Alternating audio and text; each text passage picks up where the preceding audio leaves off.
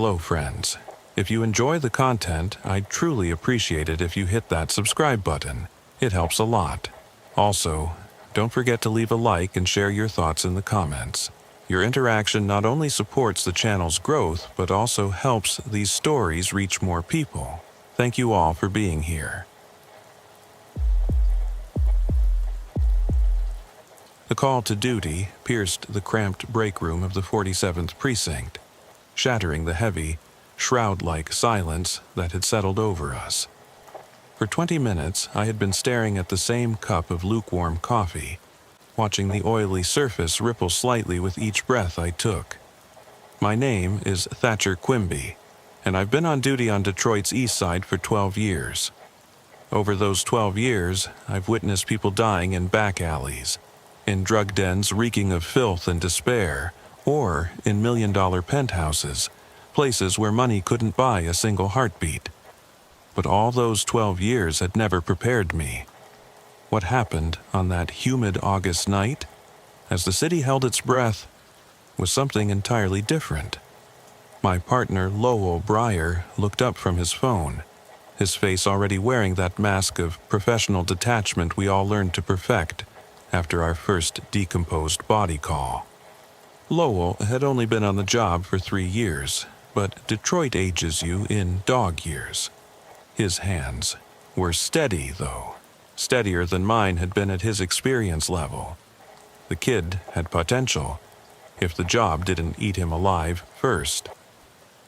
The dispatcher's voice crackled through the speakers, each word dropping into the room like stones into still water. Unit 47, respond to 1842 Gratiot Avenue, apartment 4B, elderly female, unconscious, breathing status unknown. Caller states patient is Eulalie Finch, age approximately 78, no response to verbal stimuli. The address made my stomach tighten. That building was a known problem, a decaying pre-war structure that should have been condemned years ago but somehow kept passing inspection. The landlord, some shell company out of Delaware, had a reputation for creative solutions to tenant complaints. The last time we'd been called there, we'd found a 40-year-old man who'd been dead for 2 weeks, his body so bloated from the August heat that we'd had to call in a special removal team. The smell had clung to my uniform for days, no matter how many times I washed it. But it wasn't just the building's history that made my skin crawl. It was the time. 2:47 a.m. In my experience, nothing good ever happened at 2:47 a.m. It was the devil's hour, when the city's immune system was at its weakest, when the predators came out to feast. Lowell was already moving, grabbing the jump bag with practiced efficiency. "Another welfare check?" he asked, though we both knew it was probably more than that. Welfare checks at that address usually ended with a body bag and paperwork that would keep us off the street for hours. I stood up, my knees protesting after too many hours crammed in the ambulance, too many years of lifting bodies that had forgotten how to help. "Eulalie Finch," I said, rolling the name around in my mouth like a bitter pill. "You ever hear that name before?" Lowell shook his head as we headed for the rig. Should I have? I couldn't shake the feeling that I had heard it somewhere. Maybe in one of those half-remembered conversations with other crews, the kind of war stories we traded like currency in the dead hours between calls. But the memory slipped away like smoke through my fingers. The ride to Gratiot Avenue took 12 minutes, though it should have taken 8. Construction on IO-Core 375 had turned the normal route into a maze of detours and dead ends. The city was always tearing itself apart and putting itself back together, like some massive organism that couldn't decide if it wanted to live or die. The streets were empty except for the occasional shadow that might have been a person or might have been a trick of the streetlights. Detroit at night was a different creature than Detroit during the day. It shed its mask of urban renewal and showed its true face, broken, hungry, and waiting. As we pulled up to 1842 Gratiot, I noticed something that made the hair on my arms stand up. Every window in the building was dark except for one on the 4th floor, where a faint, flickering light moved behind dirty curtains. But it wasn't electric light. It had the warm, unsteady quality of candles. Who the hell uses candles in a building with working electricity? You seeing this? Lowell asked, already reaching for the radio to update dispatch on our arrival. Affirmative on scene, 1842. Gratiot, investigating now. The building's entrance was a mouth of broken glass and graffiti, the security door hanging off its hinges like a broken jaw. The smell hit us immediately. Mildew, urine, and something else. Something sweet and cloying that made my throat close up. The elevator was a death trap. Its inspection certificate 3 years out of date, so we took the stairs. Each step echoed in the narrow stairwell, our equipment bags banging against the walls that were covered in what looked like water damage but could have been anything in this place. On the 2nd floor landing, we passed an open apartment door. Inside, I caught a glimpse of someone sitting in a chair, perfectly still, facing the doorway. Their eyes tracked us as we passed, but they didn't move, didn't speak, just watched. Lowell started to slow down, his hand moving toward his radio, but I grabbed his arm and kept us moving. "Not our call," I whispered, though every instinct screamed at me to check on that motionless figure. The 3rd floor was worse. Every door was closed, but from behind them came sounds that didn't belong in a residential building at 3 in the morning. Not party sounds, not television sounds, but something rhythmic and wet, like someone kneading bread dough over and over again, or like something else, something I didn't want to think about. By the time we reached the 4th floor, my shirt was soaked with sweat despite the building's clammy coolness. The hallway stretched out before us, lit only by our flashlights and that flickering light from apartment 4B. The carpet squelched under our boots, releasing a smell that made me gag. "Jesus," Lowell muttered. "What is that?" I didn't answer because I recognized the smell now. Blood, old blood, soaked into the carpet fibers and left to rot in the summer heat. Apartment 4B's door was slightly ajar, that candlelight spilling out into the hallway like honey. From inside came a sound that made every muscle in my body tense. Singing. A thin, reedy voice singing what sounded like a lullaby in a language I didn't recognize. "Dispatch, Unit 47, I said into my radio, my voice steadier than I felt. "We're making entry into apartment 4B, requesting backup to stage at our location." The dispatcher's response was lost in static, but I caught enough to know that backup was at least 20 minutes out. Every unit in the city was tied up with other calls. We were on our own. I pushed the door open with my boot, keeping my hands free for whatever we might find inside. The apartment was small, maybe 500 square feet, but it felt smaller because every surface was covered with something. The walls were papered with what looked like medical documents, overlapping and yellowed with age. The floor was covered in newspaper clippings, creating a carpet of text that rustled as we walked. And everywhere, on every flat surface, were mason jars filled with murky liquid. The singing was coming from the bedroom. Lowell and I exchanged a look, then moved forward, our training overriding our instincts to flee. The bedroom door was open, and inside we found her. Eulalie Finch was sitting upright in bed, her eyes closed, her mouth moving in that continuous song. She was ancient, her skin like parchment stretched over bird bones. She was wearing a white nightgown that might have been a wedding dress once, long ago. Around her neck was a stethoscope, the old kind with the heavy metal chest piece. But it was what surrounded her that made me stop in my tracks.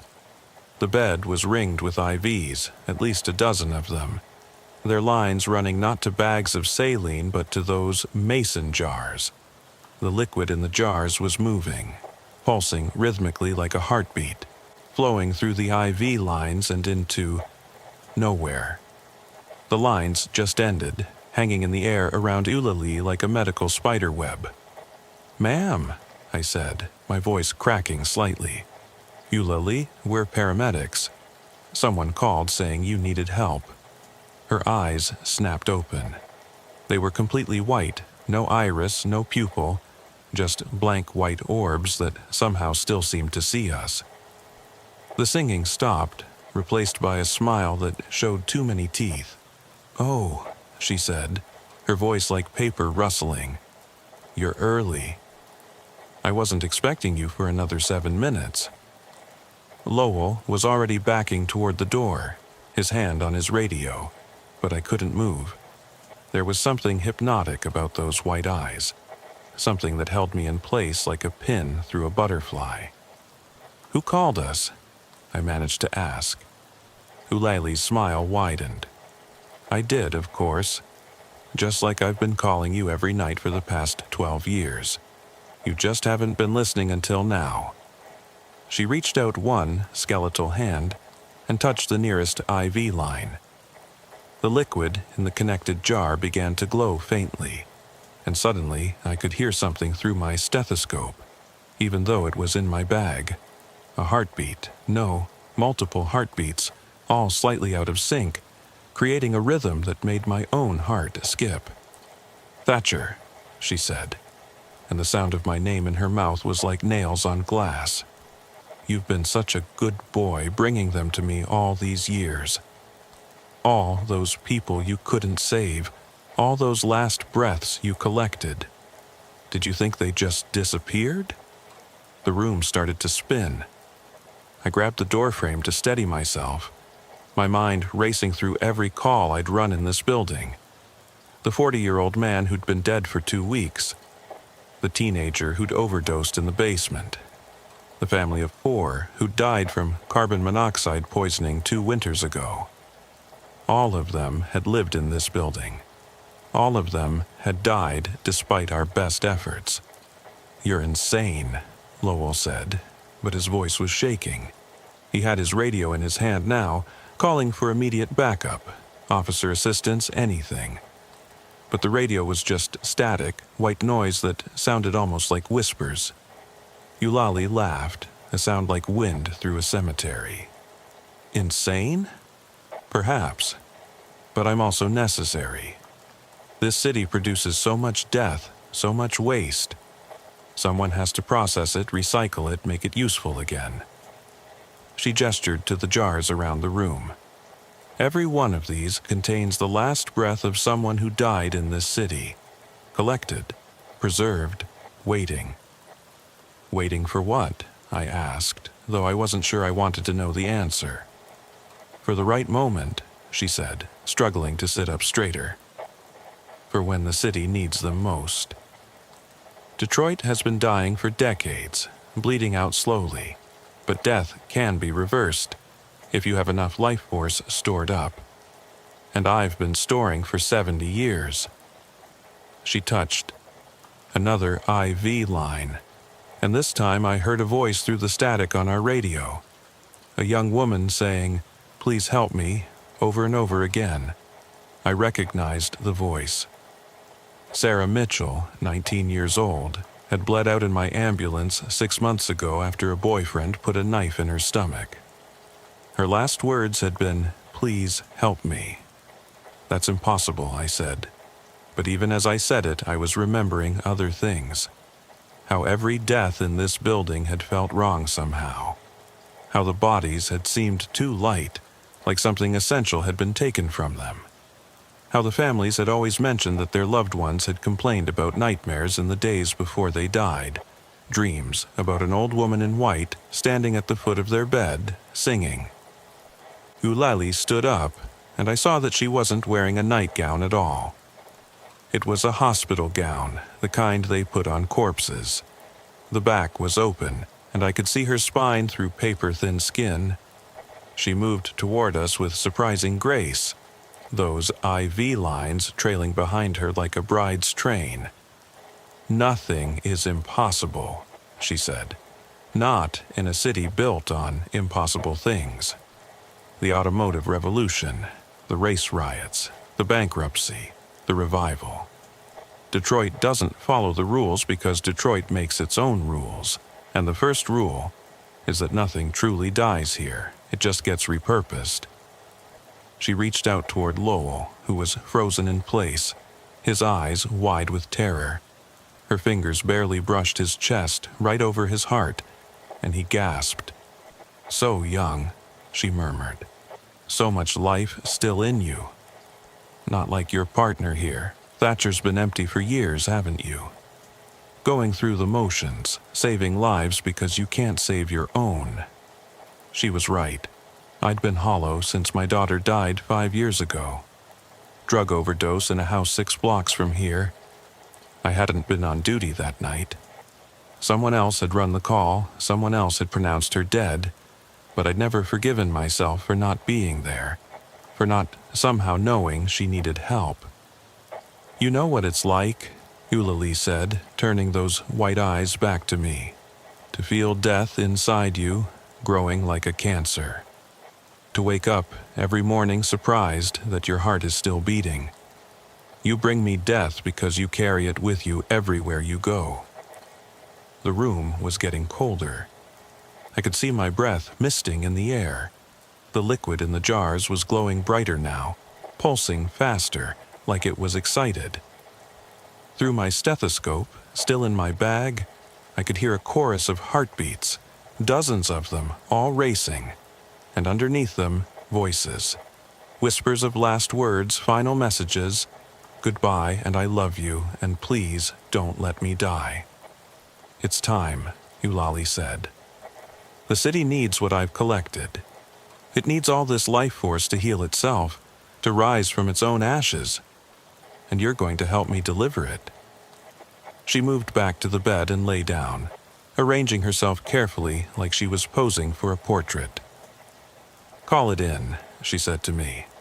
"Tell them I'm having a cardiac event. Get me to the hospital, to the heart of the city's medical system.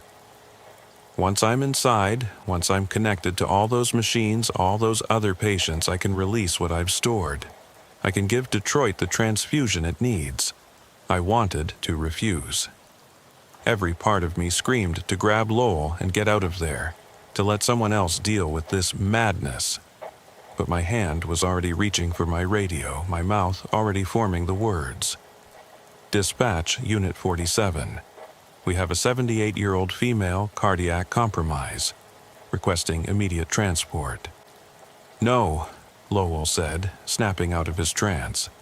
"Thatcher, what are you doing?" "She's not having a cardiac event. I don't know what she is, but we can't take her anywhere."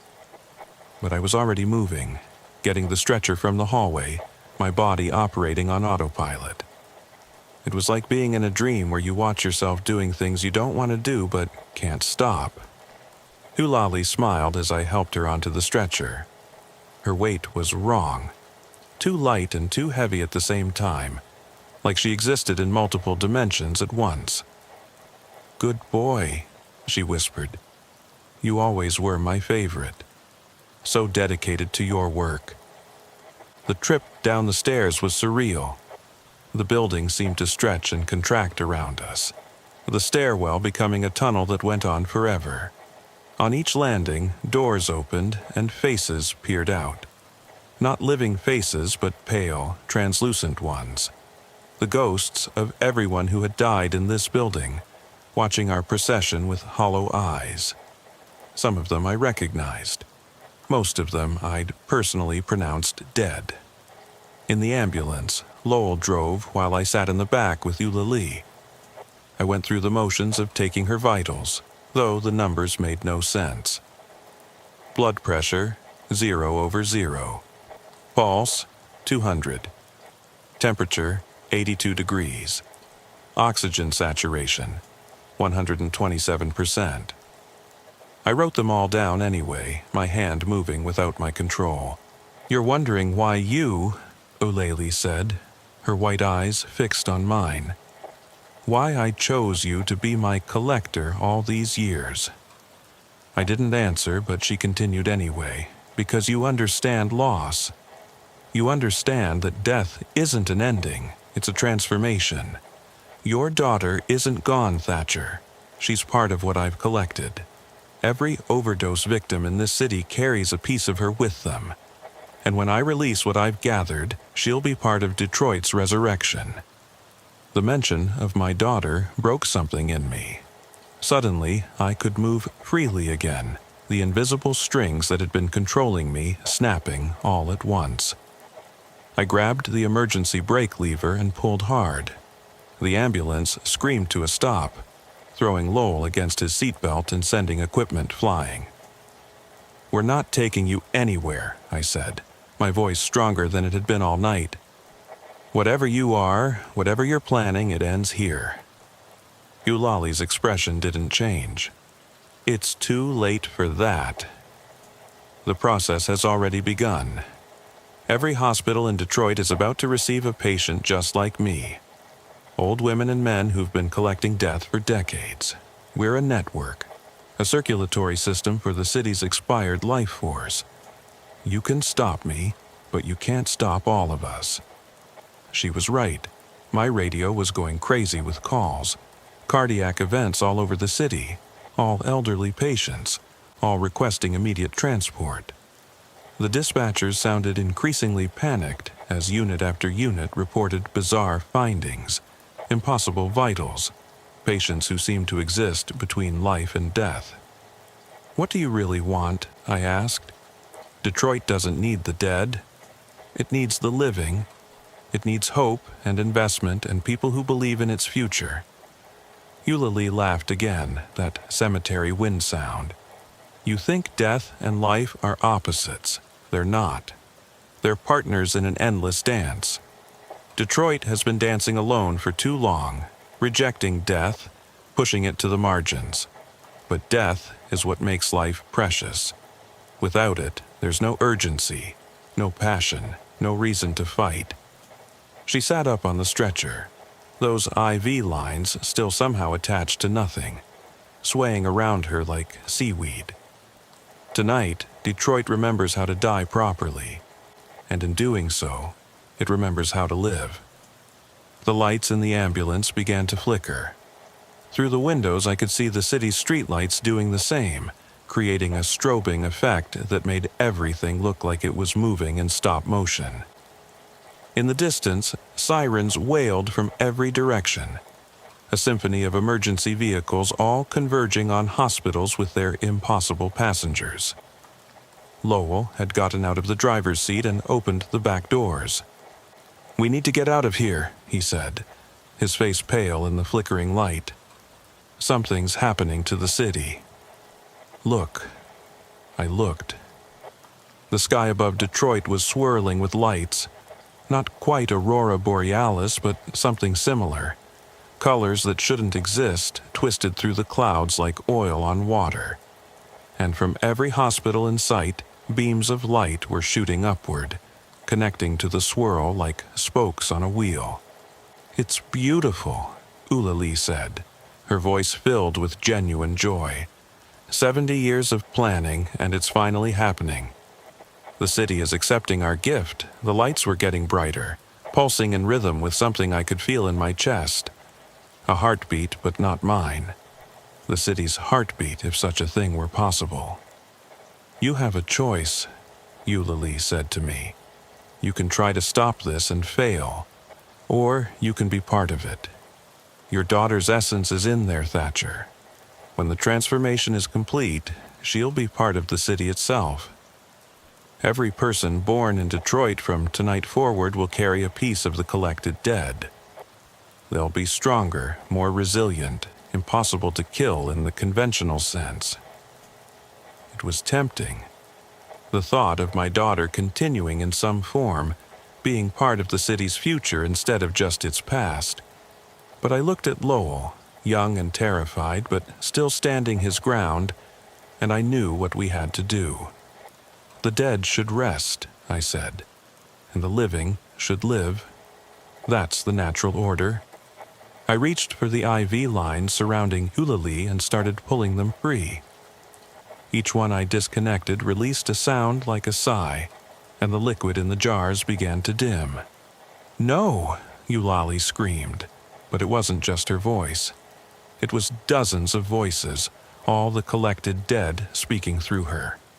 "You don't understand what you're doing. The city needs this." But I kept pulling lines and Lowell joined me, understanding without being told what needed to be done. As each connection was severed, Eulalie seemed to age rapidly, her skin tightening, her hair falling out in clumps. The white in her eyes began to crack like old paint. "You're killing Detroit's only chance," she gasped, reaching for me with hands that were becoming skeletal. "Without this transformation, the city will continue its slow decline. It will become truly dead, with no hope of resurrection." Maybe she was right. Maybe Detroit did need something radical to save it. But it didn't need this. It didn't need to feed on the dead to live. The last fourth line came free, and Eulalie collapsed back onto the stretcher. For a moment, she looked like what she truly was, a corpse that had somehow been animated by the collective will of the city's dead. Then even that animation fled, and she was just a body, incredibly old and incredibly still. The lights in the sky began to fade. The sirens in the distance grew quieter. My radio crackled to life with confused reports from other units. The elderly patients they'd been transporting had all suddenly died, their impossible vitals zeroing out in an instant. Whatever network Eulalie had been part of, we'd severed her connection to it. But as I looked at her body, I noticed something that made my blood run cold. Her lips were moving. No sound, no breath, but her lips were forming words. I leaned closer, close enough to read them. "See you next time." Lowell and I stood in the back of the ambulance for a long moment, neither of us speaking. Finally, he said, "What do we put in the report?" I laughed, but there was no humor in it. "Cardiac event. Patient died en route. That's all anyone needs to know." We drove Eulalie's body to the hospital in silence. The city looked normal again, its streetlights steady, its sky clear. But I couldn't shake the feeling that something had changed, that Detroit had been offered a terrible bargain and had come close to accepting it. In the following weeks, I researched every death I'd responded to in that building over the years. What I found chilled me more than anything I'd experienced that night. Every single one of them had been an organ donor. Every single one had died with their donation papers mysteriously missing. And every single one had been cremated, their families insisting it was their wish, despite having no documentation. The building at 1842 Gratiot was demolished a month later. The official reason was structural instability, but I heard from a friend in the city planning office that they'd found something in the basement. A room full of medical equipment from the 1950s, all of it modified in ways that made no sense. And at the center of it all, a chair with leather straps and IV ports. A chair sized for a child.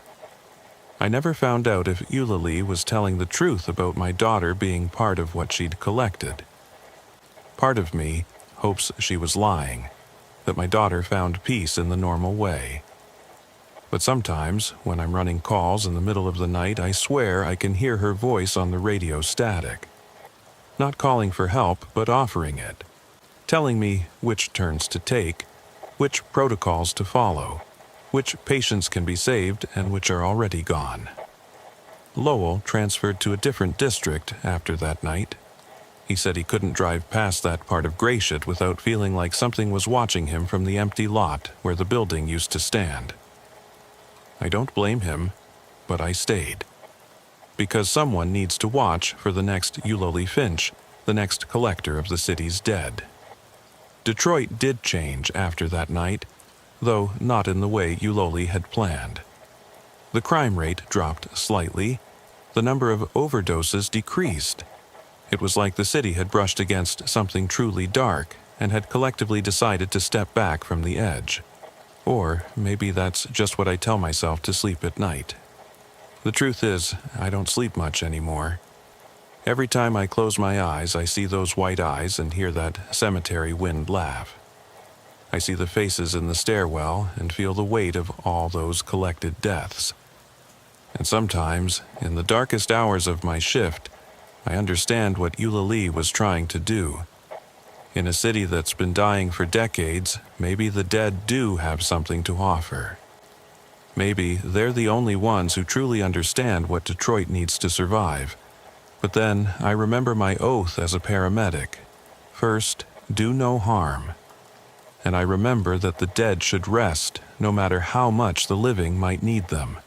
So, I continue my work, saving who I can, losing who I must, and always watching for signs that someone is collecting more than just memories of the departed. Because if there's one thing I learned that night, it's that in Detroit, death is never just death. It's currency, it's power, and in the wrong hands, it's a weapon that could transform the entire city into something unrecognizable.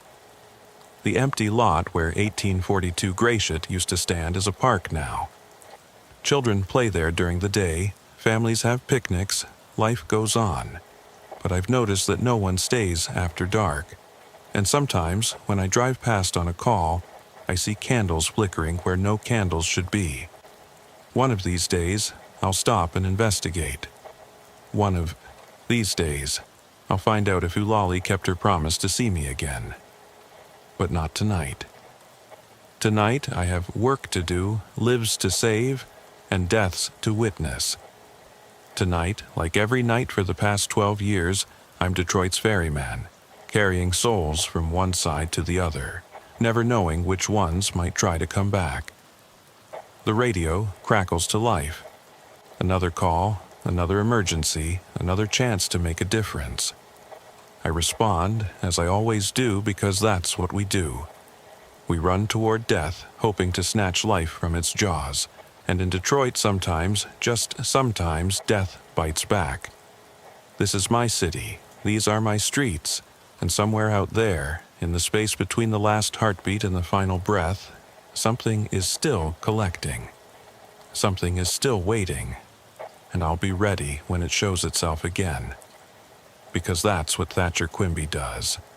I guard the line between life and death, making sure nothing crosses over that shouldn't. It's not much, but in a city like Detroit, it might be everything. The radio crackled with static that sounded like screaming wind, which wasn't far from the truth. Outside our ambulance, the October storm was turning the mountain roads into rivers of mud and debris. My name is Mercy Aldridge, and I'd been running emergency calls in the Colorado Rockies for 7 years. But I'd never gotten used to the way the mountains could turn from paradise to death trap in the span of a single weather system. My partner, Crispin Vale, was gripping the door handle so tight his knuckles had gone white. He'd only transferred from Denver 3 months ago, still thought mountain EMS was going to be easier than city work. The mountains had a way of teaching that particular lesson hard and fast. Unit 19. Respond to 4847 Eagles Nest Road for a 72-year-old male. Possible stroke, conscious but altered. Caller reports, patient is Obadiah Hasker, lives alone. Nearest neighbor approximately 2 miles. Be advised, main road is washed out at mile marker 17. You'll need to take the forestry access road. Dispatch sounded apologetic, like they knew what they were asking us to do. The forestry access road wasn't really a road at all, just a pair of ruts carved into the mountainside by decades of ranger trucks and logging equipment. In this weather, it would be like trying to drive up a waterfall. Crispin looked at me with those city boy eyes of his, still wide with the kind of optimism that mountain work hadn't beaten out of him yet. We could call for helicopter evac, he suggested, though we both knew life flight wouldn't fly in this weather. The clouds were so low you could taste them, thick and metallic like blood in your mouth. "We go by ground or he dies alone," I said, throwing the rig into four-wheel drive. "That's the choice we get to make out here." The thing about mountain people is they don't call for help unless they're already past the point where help might matter. They're proud, stubborn as the granite they build their lives on. If Obadiah Hasker was calling for an ambulance, it meant he'd probably been having symptoms for hours, maybe days, trying to tough it out with aspirin and prayer. The main road lasted exactly as long as dispatch had promised.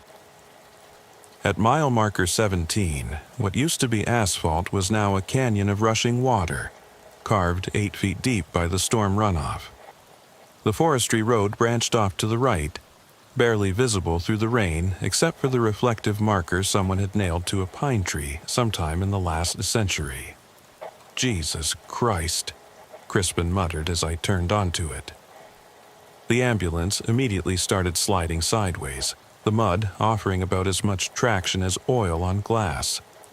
I'd learned the hard way that the only way to drive these roads was to commit fully, to trust momentum and never, ever hit the brakes.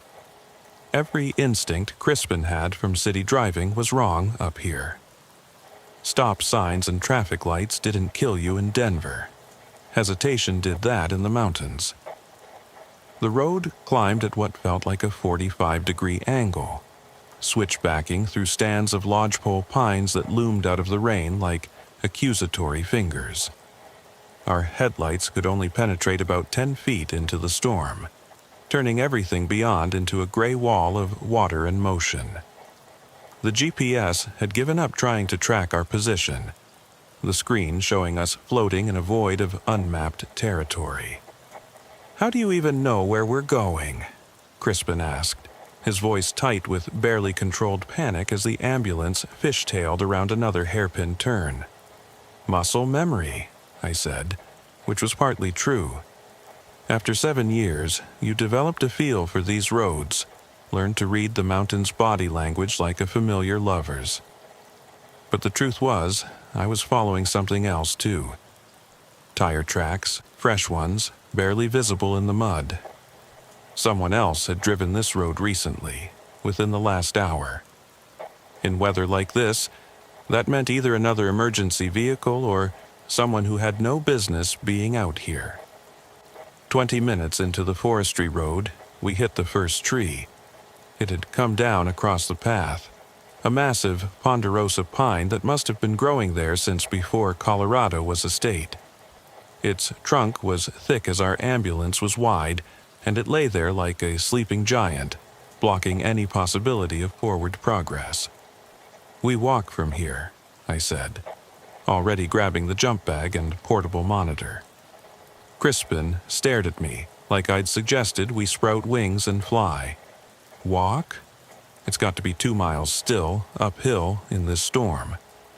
"Then we better get started," I said. "Stroke patients have a golden hour. We've already burned 20 minutes getting this far." I didn't mention that in weather like this, carrying our equipment, it would take us at least an hour to reach Obadiah's cabin.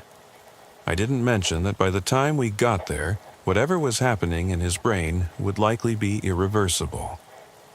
You don't say those things out loud. Emergency vehicle, or someone who had no business being out here. 20 minutes into the forestry road, we hit the first tree. It had come down across the path, a massive ponderosa pine that must have been growing there since before Colorado was a state. Its trunk was thick as our ambulance was wide, and it lay there like a sleeping giant, blocking any possibility of forward progress. "We walk from here," I said, already grabbing the jump bag and portable monitor. Crispin stared at me like I'd suggested we sprout wings and fly. "Walk? It's got to be 2 miles still, uphill, in this storm." "Then we better get started," I said. "Stroke patients have a golden hour. We've already burned 20 minutes getting this far." I didn't mention that in weather like this, carrying our equipment, it would take us at least an hour to reach Obadiah's cabin. I didn't mention that by the time we got there, whatever was happening in his brain would likely be irreversible. You don't say those things out loud, you just shoulder your gear and start walking. The forest in a storm is a living thing, angry and vindictive. Branches whipped at our faces, leaving welts that stung in the cold rain. The mud sucked at our boots, trying to pull them off with every step. And underneath it all was the sound of water, not just the rain, but streams and rivulets that hadn't existed that morning, carving new channels down the mountainside, turning the stable ground into something treacherous and unpredictable. Crispin was struggling. His breathing labored in the thin air.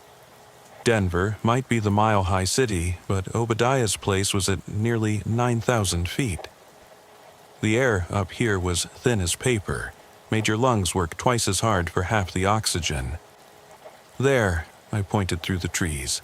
A light, barely visible through the rain and forest, but unmistakably artificial. That's gotta be it. But as we got closer, I realized something was wrong. The light wasn't coming from inside the cabin, it was outside, moving around the structure in a pattern that made no sense. Maybe it's a neighbor, Crispin suggested, though we both knew the nearest neighbor was miles away. We pushed through the last stand of pines and found ourselves at the edge of Obadiah's property. The cabin was small, maybe 600 square feet, built from logs that had weathered to the color of old bones. Smoke rose from the chimney, which was a good sign. But the light we'd seen was coming from a Coleman lantern, held by someone in a rain slicker who was walking circles around the cabin, counterclockwise, over and over.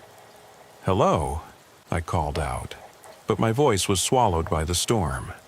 The figure didn't respond, just kept walking those circles, the lantern swaying with each step. As we got closer, I could see it was an old woman, her face hidden by the hood of her slicker, her movements mechanical and purposeful.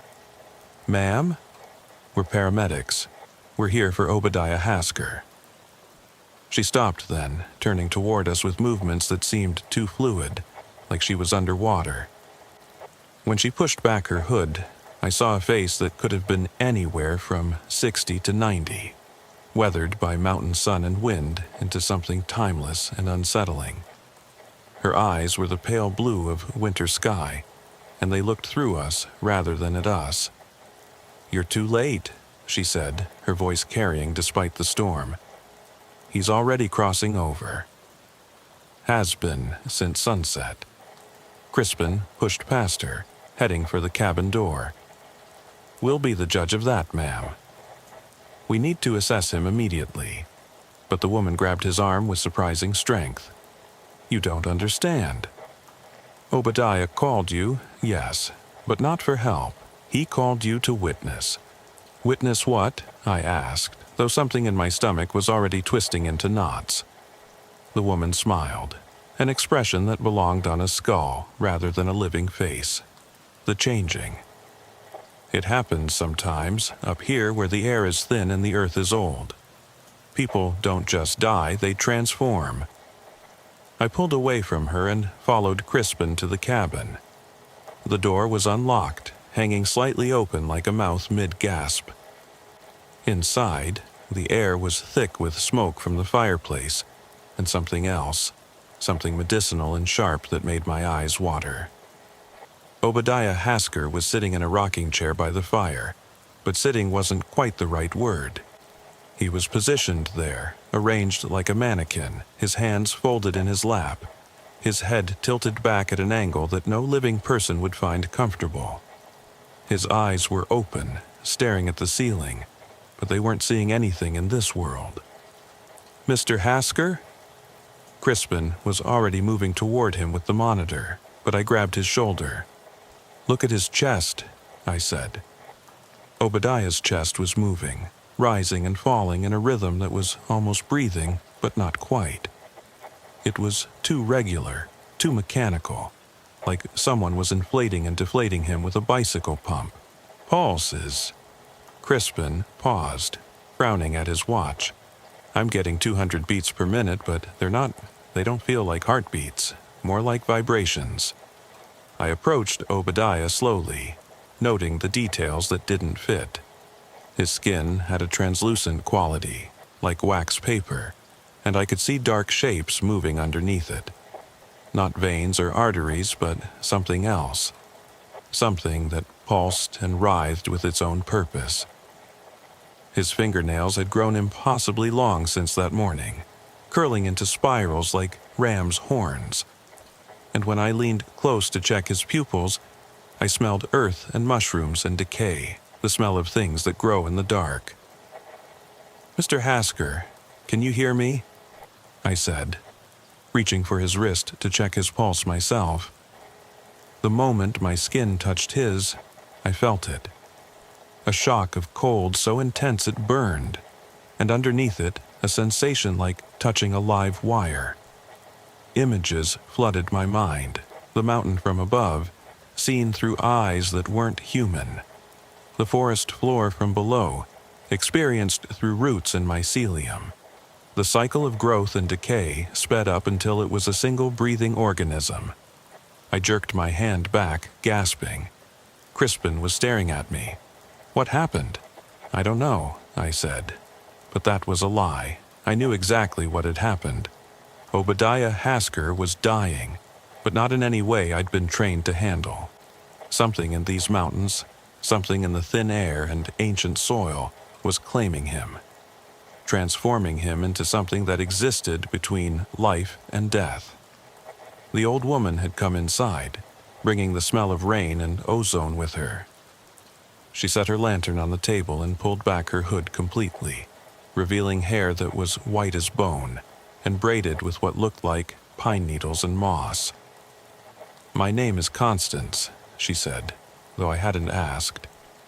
"I've been watching Obadiah for 3 days now, ever since the change started. It always begins the same way. They complain of headaches, dizziness. They think it's altitude sickness or dehydration. But then their eyes start seeing things that aren't there. Or maybe things that are there but shouldn't be visible. The mountain shows them its true face." She moved to stand behind Obadiah's chair, placing her gnarled hands on his shoulders. "He called you because he wanted someone medical here, someone who could document what's happening. He's a man of science, even now. Worked for the Forestry Service for 40 years, mapping trails, cataloging species. He wants his transformation recorded properly." "This is insane," Crispin said, but his hands were shaking as he prepared an IV. "He's having some kind of neurological event. We need to get him to a hospital immediately." Constance laughed, a sound like wind through dead leaves. "How?" "Your ambulance is 2 miles down a mountain that's washing away. The storm won't break for hours, and even if you could move him, it would kill him. The change has to happen here, where he's put down roots." I looked around the cabin more carefully. The walls were covered with maps, dozens of them, showing the mountain from every angle, in every season. But there were marks on them, symbols I didn't recognize, patterns traced in red ink that seemed to follow no logical geographic feature. They looked almost like circulatory systems or neural networks spreading across the topography in organic patterns. "What are these?" I asked. Obadiah's eyes moved then, tracking to me though his head didn't turn. His mouth opened, and when he spoke his voice came from everywhere and nowhere, like it was being produced by the cabin itself rather than his throat. "The mountain's nervous system," he said, each word dropping like a stone into still water. "I've been mapping it for decades, tracking the patterns. The old-growth forests are neurons. The streams are synapses. The mycelial networks underground are the connective tissue. And sometimes, when someone has lived here long enough, been part of the ecosystem long enough, the mountain decides to make them permanent." His chest hitched, that mechanical breathing stopping for a moment, and when it resumed, it was faster, more desperate. It started 3 days ago. I could feel them in my blood, the spores. They'd been there all along, dormant, waiting. Every breath I've taken for 40 years has been preparing me for this. Crispin had managed to get an IV started, though I couldn't imagine what good it would do. The saline seemed to disappear into Obadiah's arm without effect, like pouring water into sand. On the monitor, his heart rhythm was nothing I'd ever seen in any textbook. It looked more like seismic activity than cardiac function. "We need to follow protocol," Crispin insisted, preparing medications with hands that wouldn't stop trembling. "Stroke protocol, thrombolytics if we can rule out hemorrhagic, oxygen, blood pressure management." "Your medicine won't work," Constance said. "His blood isn't blood anymore. Cut him and see." Before I could stop him, Crispin had done exactly that. A small finger stick to check blood glucose. What came out wasn't blood. It was dark, almost black, with an iridescent quality like oil. But it moved with purpose, trying to flow back into the wound, defying gravity to return to Obadiah's body. And where it touched the floor, tiny mushrooms immediately began sprouting, white and delicate, growing to full size in seconds. "Jesus fucking Christ," Crispin breathed, stumbling backward. The mushrooms were spreading, following the drops of not blood across the floor, creating a fairy ring around Obadiah's chair. They glowed faintly in the firelight, pulsing in rhythm with his impossible heartbeat. "The mountain has a consciousness," Obadiah continued, his voice growing stronger even as his body seemed to be dissolving at the edges, becoming less solid, more suggestion. Not like human consciousness. Older. Vast. It experiences time differently. A human lifetime is just a moment to it, but sometimes it notices us. The ones who stay, the ones who listen, and it offers us a choice. "What choice?" I asked, though I was afraid of the answer. Obadiah's eyes found mine, and in them I saw depths that shouldn't exist in human eyes. I saw root systems extending for miles underground. I saw the slow breath of seasons, the patient growth of stone. I saw the mountain itself looking back at me through this dying man's gaze. To become part of it, to stop being singular and become plural, to trade human consciousness for something larger. The neurons in your brain die and regenerate. Why not the neurons of the mountain? Why not become a thought in a larger mind? The storm outside was getting worse. I could hear trees falling in the distance, the crack of wood like breaking bones. The cabin shook with each gust of wind, but the fairy ring of mushrooms remained perfectly still, creating a bubble of calm in the chaos. "He's having a psychotic break," Crispin said, but even he didn't sound convinced anymore. "Hypoxia can cause hallucinations. Carbon monoxide from the fireplace. There's a rational explanation." "Then explain this," Constance said. She pulled up her sleeve, revealing an arm that looked more like tree bark than skin. The patterns weren't random. They followed the same neural map patterns I'd seen on Obadiah's walls. I went through the change 15 years ago, only partially. I fought it, tried to stay human. Now I'm caught between neither fully human nor fully mountain. I can see both worlds, but belong to neither. She moved to the window, looking out into the storm. There are dozens of us in these mountains, the in-between ones. We watch for others going through the change. Sometimes we help them fight it.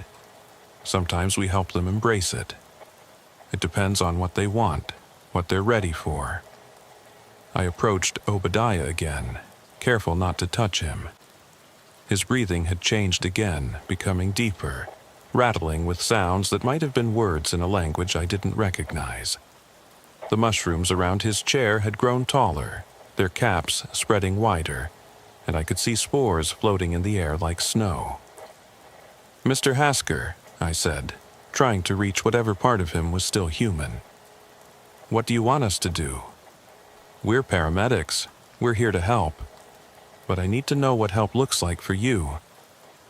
His head turned toward me with a sound like branches creaking. When he smiled, his teeth had become something else, white and smooth like polished stones.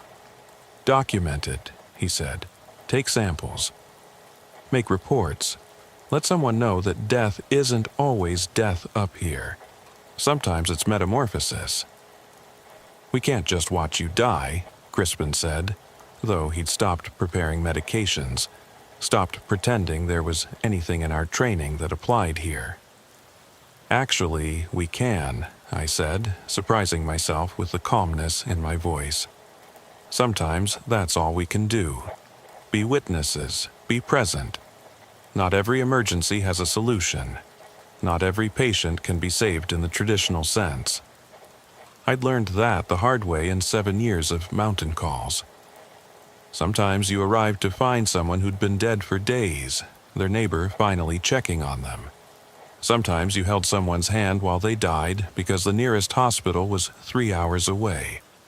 Sometimes you documented things that didn't fit in any medical report and filed them away in the part of your mind that you didn't talk about at shift change. Obadiah's transformation accelerated as we watched. His skin became increasingly translucent, revealing networks of fungal growth spreading through his tissues like a second circulatory system. His hair grew long and white, but it wasn't hair anymore. It was something like Spanish moss, delicate and ethereal. His fingers elongated, the joints multiplying until they looked more like roots than digits. "It doesn't hurt," he said, his voice now coming from the mushrooms as much as from his throat. "That's what I want you to know. What I want you to document. It doesn't hurt. It feels like coming home." Crispin was taking notes with shaking hands, writing down everything he observed, even though none of it made medical sense. Heart rate, impossible. Blood pressure, not applicable. Patient presence with full body transformation of unknown etiology. No standard treatment protocols apply. I was taking pictures with my phone, knowing they'd never be believed, knowing I'd probably delete them later. But something needed to record this, even if it was just for my own sanity, my own need to prove to myself that it had really happened. The storm reached its peak around 3 a.m. The cabin was an island in a sea of wind and water, isolated from the rest of the world by more than just distance. Inside the fairy ring, Obadiah had become something that barely resembled a human anymore. He was a suggestion of a man, a place where human form and forest ecology met and merged. His consciousness seemed to expand and contract, sometimes focused enough to speak to us, sometimes dispersed into the growing network of mushrooms that now covered most of the cabin floor. "The native peoples knew," Constance said, feeding the fire with wood that smelled of cedar and sage. "They had names for this phenomenon. They understood that the mountain was alive in ways European settlers couldn't comprehend. They knew that sometimes the mountain chose people to become part of itself, to be its eyes and ears and memory." "Why didn't you complete the transformation?" I asked her. She was silent for a long moment, staring into the fire. "Fear," she finally said. "I was afraid of losing myself entirely, of forgetting my children's names, my husband's face. So I fought it, held on to my human memories even as my body changed. Now I'm stuck watching others make the choice I couldn't." She turned to look at us, and in the firelight I could see that her eyes had vertical pupils, like a goat's. "But Obadiah has no fear. No family left. Nothing holding him to human form. He's been preparing for this for years, studying it, mapping it. He understands what he's becoming better than anyone." By 4 a.m., Obadiah Hasker was gone. In his place was something that might have been a man once, but was now more forest than flesh. The rocking chair had been absorbed into the growth, becoming part of a living structure that pulsed with bioluminescent light. What had been Obadiah's face was now a surface of bark and lichen, but somehow still capable of expression.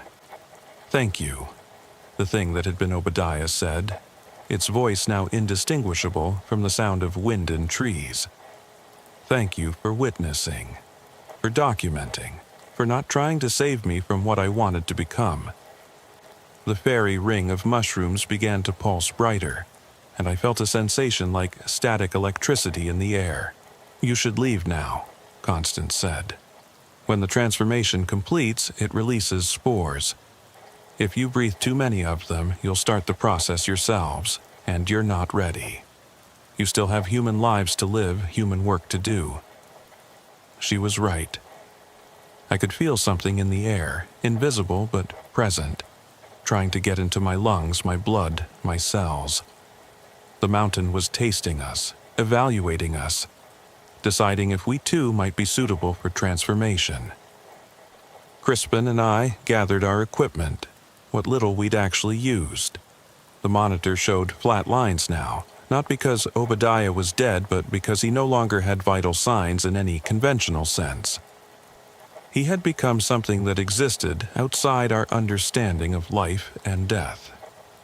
As we reached the door, the thing that had been Obadiah spoke one last time. "Tell them," it said. "Tell them that death is just another kind of birth up here. Tell them that the mountain remembers everyone who becomes part of it. Tell them I'm not gone. I'm everywhere now." We fled into the storm, stumbling down the mountain through mud and darkness, guided more by gravity than any sense of direction. Behind us, the cabin glowed with bioluminescent light that had nothing to do with fire. The forest seemed different now, more aware, as if every tree was watching us pass. I could feel Obadiah's presence in the wind, in the rain, in the very ground beneath our feet. He had become part of the mountain's consciousness, a new neuron in its vast inhuman mind. We reached the ambulance just as dawn was breaking through the clouds. The storm was passing, leaving devastation in its wake. Trees down everywhere, roads washed out, power lines scattered like pickup sticks. But we were alive, we were human, and we had witnessed something that redefined everything I thought I knew about death and dying. Crispin was silent for the entire drive back to town. When we reached the station, he sat in the ambulance for a long moment before speaking. "What do we put in the report?" "Stroke patient deceased on scene," I said. "Unable to transport due to weather conditions." He laughed, but there was no humor in it. "That's it? That's all we say about that? What else would we say? That Obadiah Hasker turned into a fungal colony, that he merged consciousness with a mountain, that death isn't always death up here? Who would believe us?"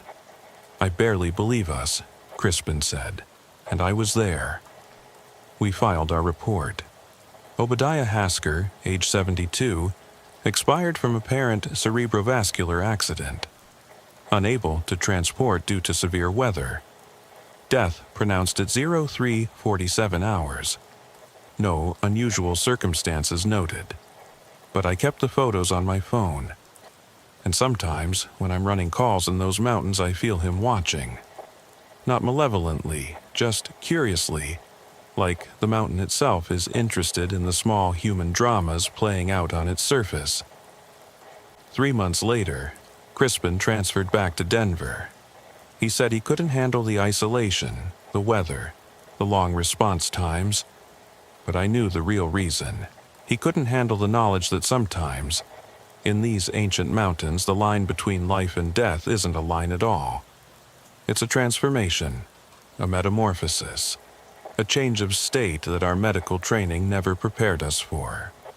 I still run calls up there, still drive those impossible roads in impossible weather to reach people who might already be beyond reaching. But now, I know to look for the signs, the maps with strange patterns, the mushrooms growing in perfect circles, The people who've lived alone in the mountains for too long and started to hear them whisper. And sometimes I find someone in the early stages of transformation. Sometimes they want to be saved, pulled back from the edge of something incomprehensible. And sometimes, like Obadiah, they want to be witnessed, to have someone medical, someone official, document their transition from singular to plural, from human to mountain. Constance still lives up there, as far as I know. I see her occasionally, walking the forest roads with her lantern, checking on the isolated cabins, watching for signs of transformation. She's the mountain's midwife, helping people through the change if they choose it, helping them resist if they don't. She told me once that the mountain has been conscious for millions of years, that humans are just its latest experiment in mobile neurons, scattered thoughts that sometimes return to the source. I don't know if I believe her, but I know what I saw that night. I know that Obadiah Hasker didn't die in any conventional sense. He transformed, became part of something larger, older, and utterly inhuman. And sometimes, when I'm driving those mountain roads in the pre-dawn darkness, responding to another call about someone who lives alone and has stopped answering their phone, I wonder if I'll find another transformation in progress. Another person choosing to trade human consciousness for something we don't have words for. The mountains keep their secrets, but sometimes they share them with those of us who arrive too late to save people from what they're becoming. We're not just paramedics up here. We're witnesses to transformations that medical science can't explain. We're the last human contact for people choosing to become something else. And we're the ones who have to decide what to put in the reports, what to file away in the parts of our minds we don't talk about. This is my territory. These are my mountains. And somewhere up there, in the thin air where the trees give way to stone, consciousnesses are merging, transforming, becoming part of something ancient and patient and utterly alien to human understanding. Obadiah Hasker is up there, everywhere and nowhere, experiencing existence in ways I can't imagine. And I'm down here, still human, still running calls, still arriving too late to save people from transformations they don't want to be saved from. That's the real horror of mountain EMS. Not the isolation, not the weather, not the impossible response times. It's the knowledge that sometimes death is just the beginning of something stranger, and we're the ones who have to watch it happen, document it, and then pretend it was just another medical emergency with an unfortunate outcome. But I know better now. I know that in these mountains, death wears many faces, and not all of them are endings. Some of them are beginnings we don't have the language to describe. And that's what keeps me up at night, wondering if the spores I breathed in Obadiah's cabin are dormant in my lungs, waiting for the day when the mountain decides I've been here long enough to become part of it permanently. The radio crackles to life. Another call, another remote cabin, another person who isn't answering their phone. I respond, as I always do, knowing that I might find another transformation, another person choosing to become part of the mountain's vast, inhuman consciousness. This is what we do up here. We arrive too late to save people from becoming what they're meant to become. And we document it, file it away, and pretend that death is always just death, even when we know better. The mountains are calling, and sometimes people answer, and we're the ones who witness what happens next. The call came in at 11:47 p.m., just as the desert was settling into that peculiar cold that people never expect from a place that burns at 115 degrees during the day. I'm Hollis Vexler, been working emergency medical services along the California-Nevada border for 9 years, and I've learned that the desert at night is a different creature entirely from the desert during daylight. It doesn't forgive, doesn't forget, and it sure as hell doesn't give second chances. My partner Rane Corliss was driving tonight, her hands steady on the wheel despite this being her first year out here. She'd transferred from Sacramento, said she wanted something quieter. The desert had a way of redefining what quiet meant. Unit 23, respond to Highway 1, 27, mile marker 47, single vehicle accident. Bystander reports vehicle off roadway, approximately 200 yards into desert terrain. One occupant, female, conscious but confused.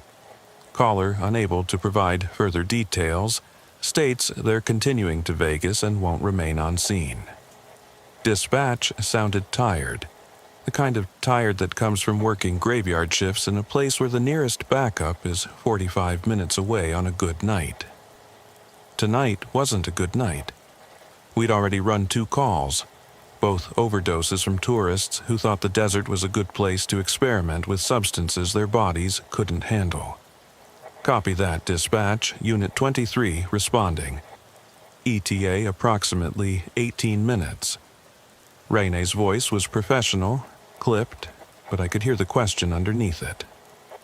200 yards off the road wasn't an accident. That was intentional. Someone had driven into the desert on purpose, and in my experience, that never ended well. The highway stretched out before us like a black ribbon, our headlights carving out a tunnel of visibility in the absolute darkness. No streetlights out here, no buildings, no signs of civilization except the occasional reflective mile marker and the faded yellow lines that kept people from drifting into oncoming traffic. The stars above were so bright they looked fake, like someone had thrown glitter across black velvet. "What do you think?" Rane asked, accelerating smoothly past 90. Speed limits were suggestions out here when someone's life was on the line. Suicide attempt? I'd been thinking the same thing, but something felt off. Maybe. Or maybe drugs. City people come out here thinking the desert is empty, safe.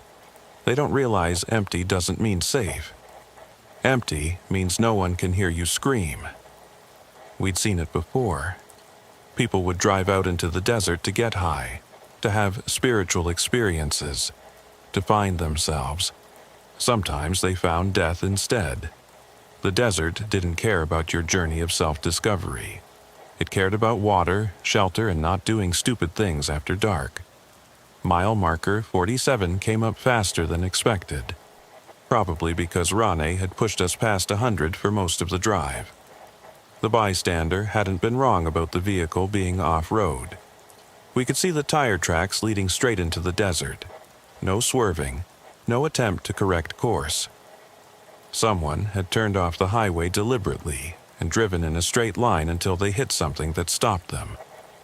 We followed the tracks, the ambulance bouncing over rocks and scrub brush, our lights sweeping across a landscape that looked like the surface of another planet. Creosote bushes threw shadows that danced and writhed.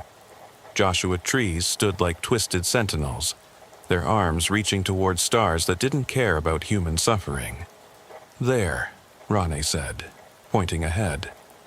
The vehicle was a white sedan, one of those rental cars that tourists always seem to end up in. It had come to rest against a large boulder. The front end crumpled, but not catastrophically. The engine was still running, headlights still on, pointing out into the endless desert like they were searching for something, or running from something. We pulled up 20 yards away, standard protocol for scene safety. You never knew what you were walking into out here. Could be drugs, could be violence, could be someone who'd driven into the desert to die and didn't want to be saved.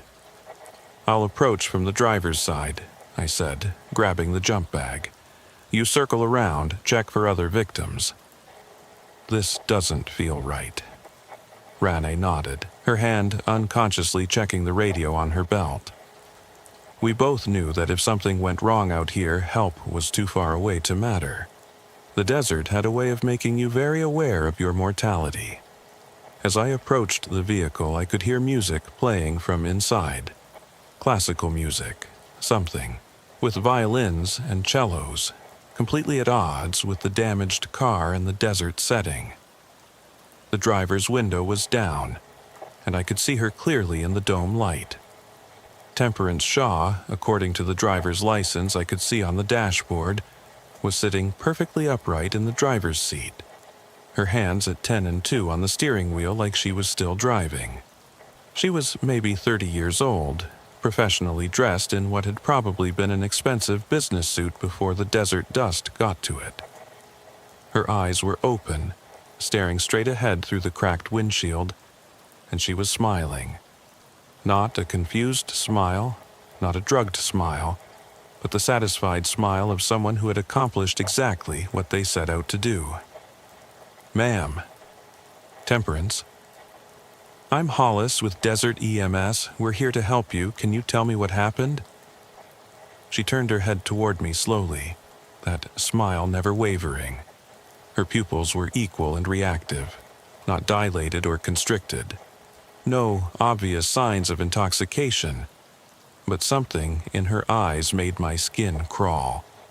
They were too aware, too focused, like she was seeing through me to something beyond. "I found it," she said, her voice clear and calm. "After 3 years of searching, I finally found it." "Found what, Temperance? Are you hurt? Do you know where you are?"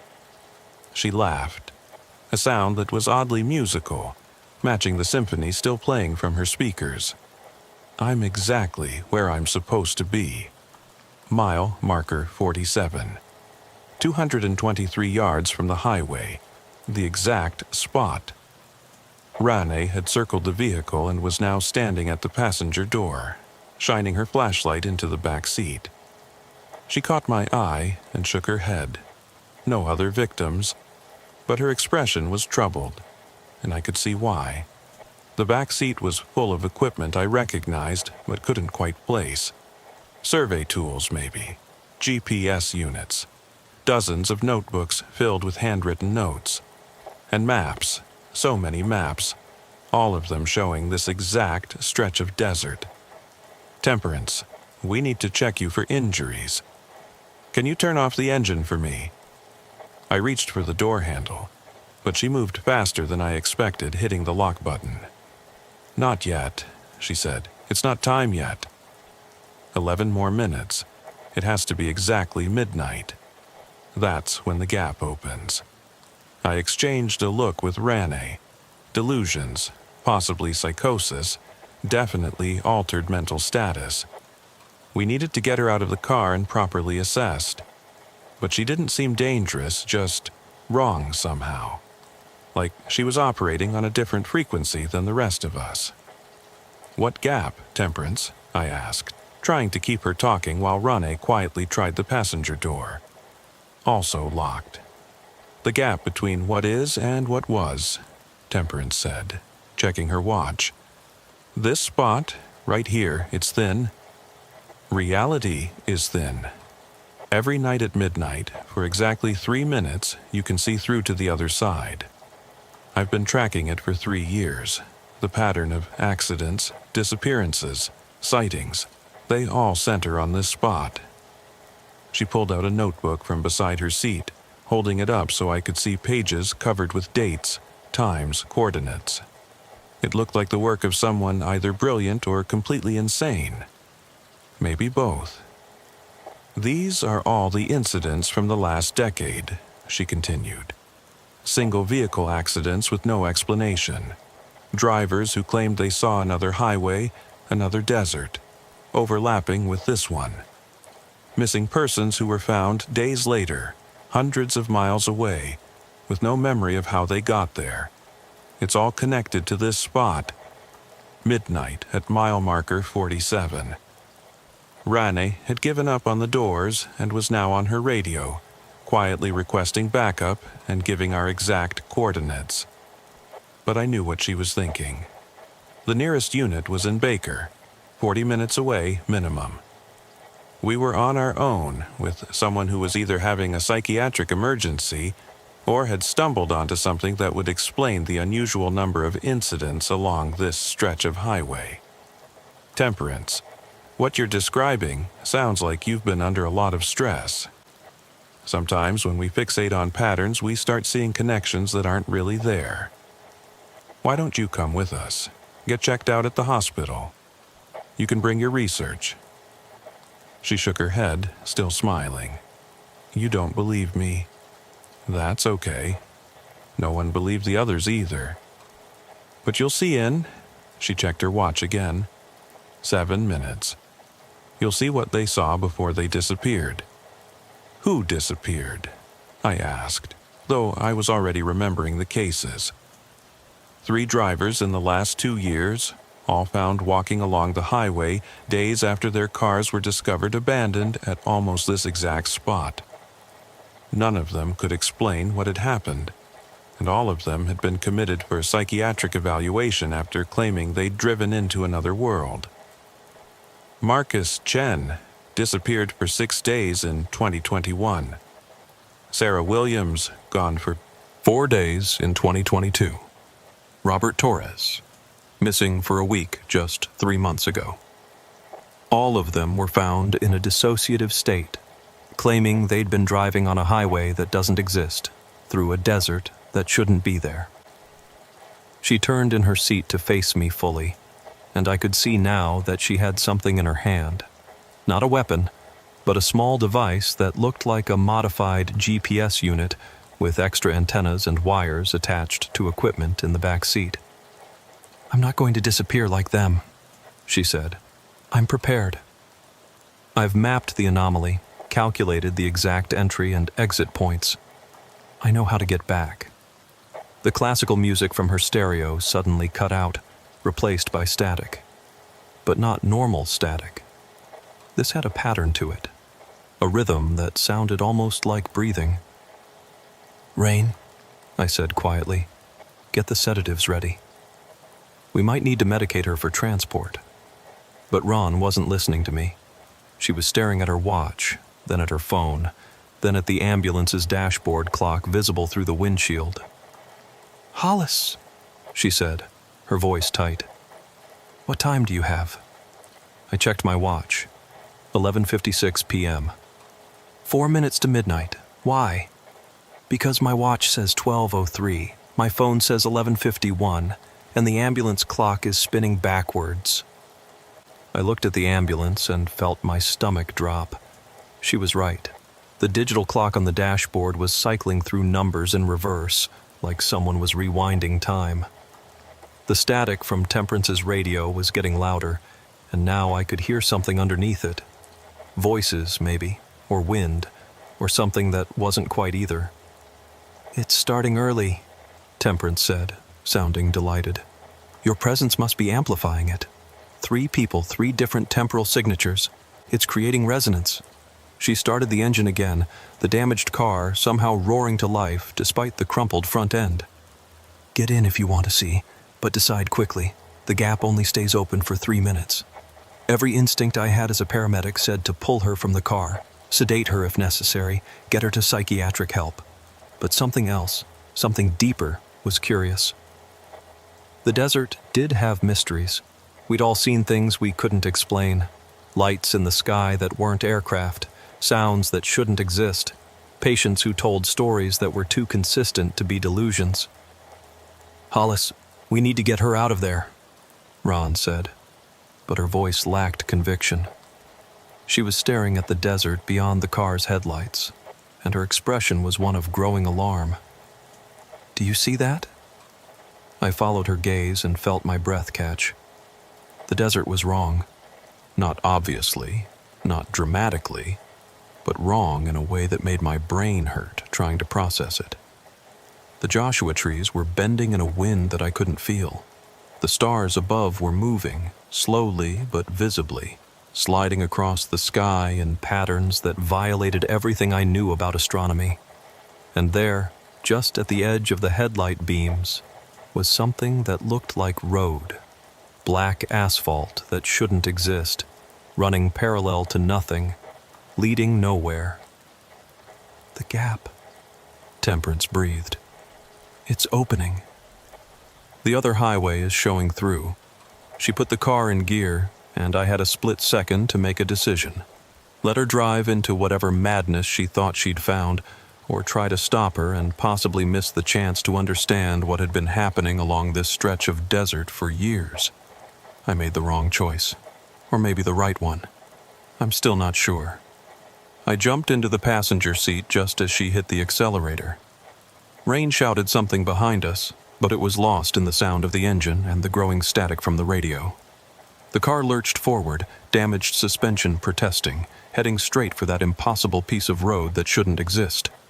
The moment our tires hit that other asphalt, everything changed. The static from the radio became clear voices, hundreds of them, maybe thousands, all talking at once in languages I didn't recognize. The desert outside the windows was the same, but different. The plants were wrong, twisted into shapes that hurt to look at. The sky was the wrong color, a deep purple that pulsed like a heartbeat. And the road stretched out ahead of us, black and perfect, leading toward mountains that didn't exist in our world. Jesus Christ, I whispered, gripping the door handle so hard my knuckles went white. What is this? Temperance was laughing now, tears streaming down her face. It's the between place. The highway that runs under all highways. The desert that exists in the gaps between real deserts. I knew it was here. 3 years of research, and I was right. She pressed harder on the accelerator, the speedometer climbing past 60, 70, 80. The damaged car shouldn't have been able to go that fast, but the rules were different here. Physics worked differently, or maybe didn't work at all. Through the windshield, I could see other vehicles on this impossible road. Not many, maybe a dozen, all driving in the same direction we were. Some looked modern, others ancient, like they were from different decades all sharing the same space. In one, I could see a family from what looked like the 1950s. In another, someone in clothes that seemed to shimmer and shift, like they were from a time that hadn't happened yet. They're all the people who found the gap, Temperance said. Everyone who drove off the real highway and onto this one. Some by accident, some on purpose. They're all still here, still driving, looking for the way back. Why don't they just turn around? I asked, though my voice sounded strange in my own ears, like it was coming from very far away. Because there is no back, she said. Once you're on this highway, direction becomes meaningless. You drive forward because that's all there is. Unless you know the exit points. Unless you've mapped them like I have. She pulled out her modified GPS unit, and I could see it was going crazy, numbers scrolling across the screen faster than I could read them. But Temperance seemed to understand what she was seeing. 3 minutes, she said. That's how long the gap stays open. 3 minutes to get in, find what you're looking for, and get out. Miss the window, and you're stuck here until the next gap opens. But the gaps don't open in the same place twice. You could be trapped for days, weeks, driving this endless highway, looking for an exit that might never come. I thought about Marcus Chen, Sarah Williams, Robert Torres. All found days later, dissociative, claiming they'd been driving on a highway that didn't exist. They'd found their way back somehow, but at what cost? What did days on this impossible road do to a human mind? Why? I asked. Why did you want to find this? What's the point? Temperance's smile faltered for the first time. My sister. She disappeared on this stretch of highway 5 years ago. Car found abandoned, no sign of her. Everyone said she ran away, started a new life somewhere. But I knew better.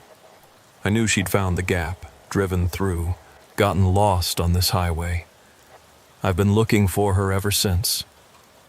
She pointed ahead, and I saw something that made my heart stop. A car on the side of the road, hazard lights blinking in a rhythm that matched the static we'd heard earlier. It was old, covered in dust that looked like it had been accumulating for years. But I recognized the model, remembered it from a missing person bulletin years ago. That's her car, Temperance whispered. She's here? She's been here all this time." She pulled over, and I found myself getting out with her, despite every rational part of my brain screaming at me to stay in the vehicle. The air outside was wrong. Too thick, too thin, both at once. It tasted like copper and ozone, like the moment before lightning strikes. The other car was empty, but there were signs of habitation.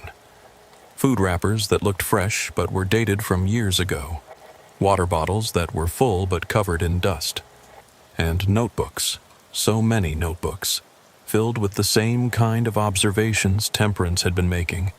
Maps of the impossible highway, calculations of gap openings, theories about the nature of this place. She was trying to find her way back, Temperance said, running her hands over her sister's notes. But she didn't have the right equipment. Didn't understand the pattern. She's been walking, looking for another gap, another way home.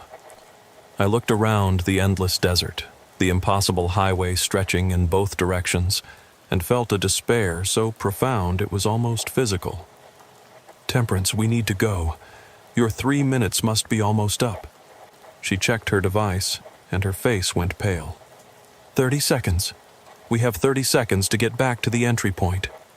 We ran back to her damaged car, and she threw it in reverse, speeding backwards down the impossible highway. The other vehicles we'd seen were gone now, or maybe we were on a different layer of the road. The physics of this place made no sense. 20 yards, 50, 100. The landscape outside blurred, twisted, became something that shouldn't exist. And then, suddenly, we were back in the real desert, the normal stars above us, Rain's shocked face visible through the windshield as we skidded to a stop inches from our ambulance. "Holy shit!" I gasped, my hands shaking as I fumbled for the door handle. That wasn't... "Real?" Temperance supplied. "It was real. Just not our real. And my sister is still there, still looking for a way home. But now I know how to find her. I know when the next gap opens, where it'll be. I can go back. I can bring her home." Rain was at my door, pulling it open, her face a mix of relief and confusion. "Hollis, what the hell just happened? You were gone for 3 minutes. The car just vanished." "And then reappeared, but it looked like you drove through something that wasn't there." I got out of the car on unsteady legs, my mind trying to process what I'd experienced. The rational part of me wanted to dismiss it as a hallucination. Maybe carbon monoxide from the damaged engine. Maybe something in the desert air. But I could still taste that copper ozone flavor. Could still hear the echo of those 1,000 voices from the radio. Could still see that impossible highway when I closed my eyes. "We need to Baker Act her," Rane was saying. "She's clearly having a psychiatric emergency. And you might need to be evaluated too. You're not making sense." But I was looking at Temperance, who was calmly gathering her notebooks, her equipment, her 3 years of research. She wasn't insane. She was probably the sanest person I'd ever met, because she'd seen something impossible and had responded by trying to understand it rather than deny it. "The next gap opens in 4 days, she told me. Mile marker 51, 300 yards northeast, 2:17 a.m. I'm going back for my sister. You could come with me. 2 people would be safer than 1. I wanted to say yes. Part of me, the part that had always been drawn to the mysteries of the desert, wanted to go back to that impossible highway and explore it properly. But the paramedic in me, the part that was responsible for saving lives in the real world, knew I couldn't. "We have to take you to the hospital," I told her. "It's protocol for altered mental status after an accident." She nodded, unsurprised. "I know, but I'll discharge myself within 24 hours, and in 4 days I'll be back, with or without help."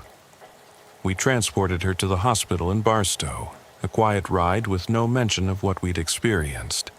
The official report stated that we'd found her confused but cooperative after a single vehicle accident, possibly suffering from exhaustion and dehydration. No mention of impossible highways or gaps in reality, or the 3 minutes that had felt like hours. But I kept her card, and 4 days later, at 2:17 a.m., I was parked at mile marker 51, watching the desert with my headlights off. I didn't see Temperance, didn't see any gap opening, didn't see anything unusual at all. Either she'd been wrong about the timing, or she'd found another way in. Or maybe the whole thing had been a shared hallucination after all. A week later, the news reported that 2 women had been found walking along Highway 127, disoriented but unharmed. Temperance Shaw and her sister Rebecca missing for 5 years. Neither could adequately explain where they'd been, and both were hospitalized for psychiatric evaluation. But before they were taken away, Temperance caught my eye at the scene and smiled that same satisfied smile. She'd done it. She'd found her sister on that impossible highway and brought her home. And in that moment, I understood that the desert held secrets that our medical training, our scientific understanding, our rational minds could never fully grasp. There were gaps in reality, places where the normal rules didn't apply, and sometimes people fell through them.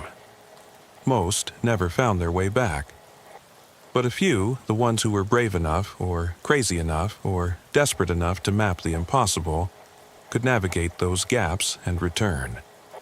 I still work the desert highways, still respond to single-vehicle accidents at odd hours in remote locations, and sometimes, just sometimes, I find drivers who talk about seeing another road, another desert, another reality just beyond the headlight beams. I don't put it in the reports. I tell them they're confused, possibly concussed, that the desert plays tricks on tired minds. But I also slip them my card and tell them to call me if they want to talk about what they really saw. Because someone needs to keep track of the gaps, document the patterns, understand the highway that runs beneath all highways. Rani transferred back to Sacramento 6 months later. She never mentioned what she'd seen that night, but I could tell it had changed her. The desert does that. Shows you something impossible and then dares you to pretend you didn't see it. Some people can't handle that challenge. They flee back to cities where reality is solid and predictable and boring. But some of us stay. We stay because we know the desert has more secrets to reveal. We stay because someone needs to be here when the next person drives through a gap in reality. We stay because we've seen the impossible highway and know that our world is just one layer of something much stranger and more complex. I've never driven through another gap, but sometimes, on clear nights when the stars are too bright and the desert is too quiet, I can feel them. Thin spots in reality where our world brushes against something else. I drive past them carefully, maintaining my speed, keeping my eyes on the real road. Because I have work, and then reappeared, but it looked like you drove through something that wasn't there.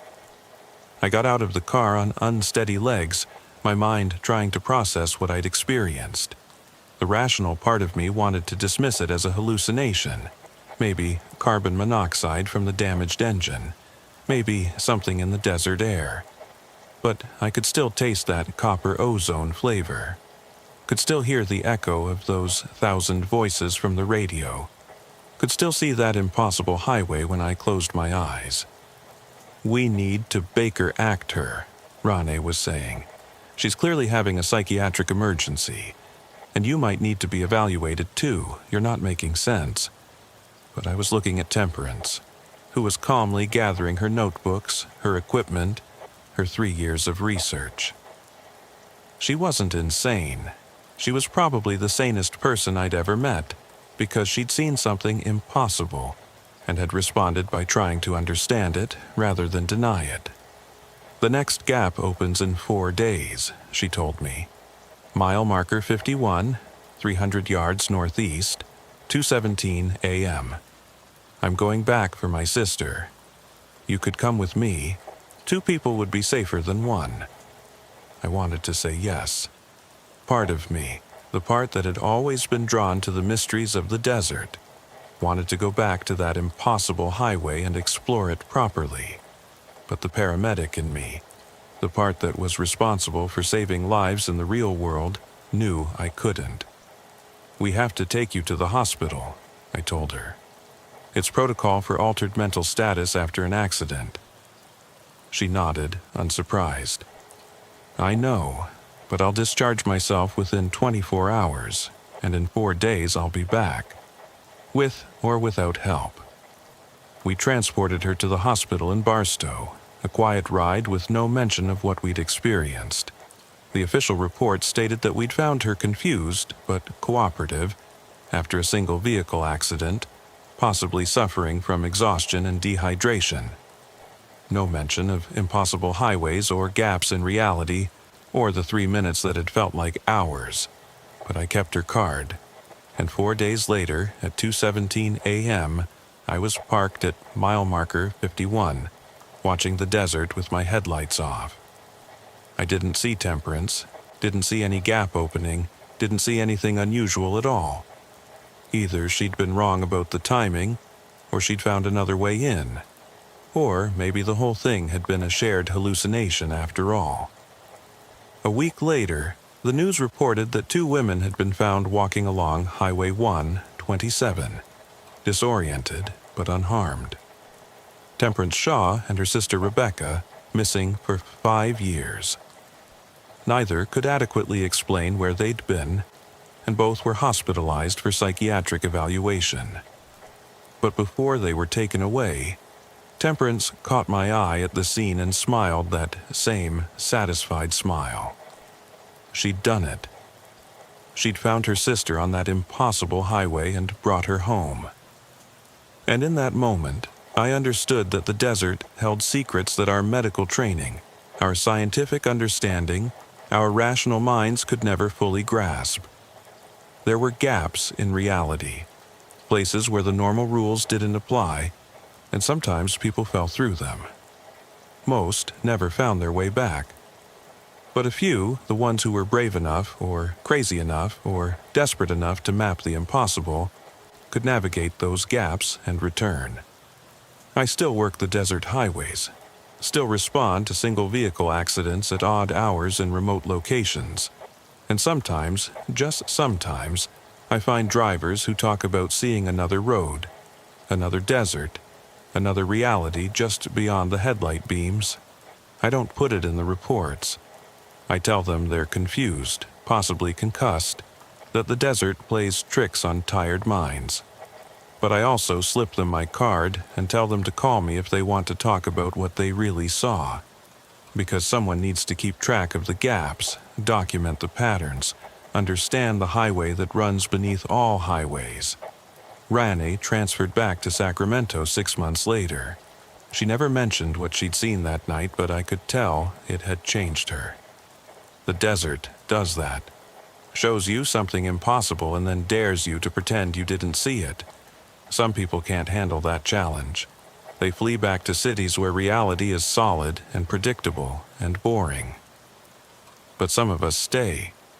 We stay because we know the desert has more secrets to reveal.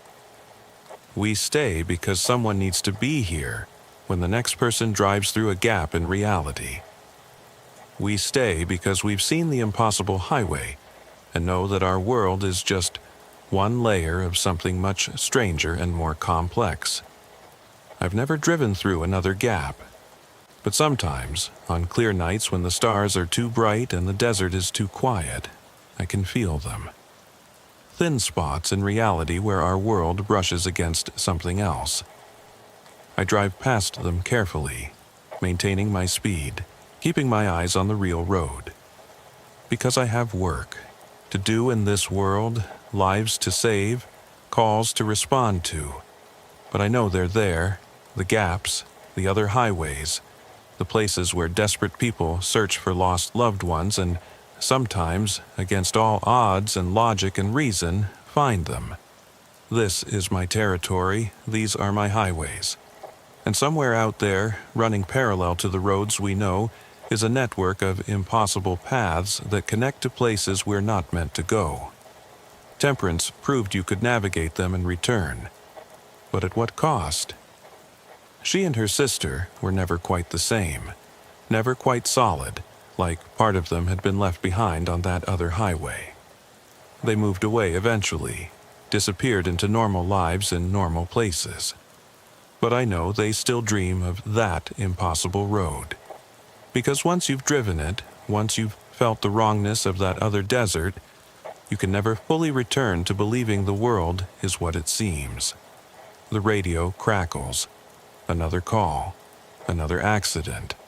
Another driver who might have seen something they shouldn't have. I respond, as I always do, ready to provide medical care and rational explanations, but also ready, if needed, to believe the impossible. Because in the desert, at the wrong time in the wrong place, reality is negotiable. And someone needs to be there when people accidentally negotiate themselves into places they can't escape from alone. The storm surge warnings had been broadcasting for 6 hours when we got the call. I'm Jared Osgood, been working coastal emergency response in Louisiana for 11 years, and I knew what those warnings meant.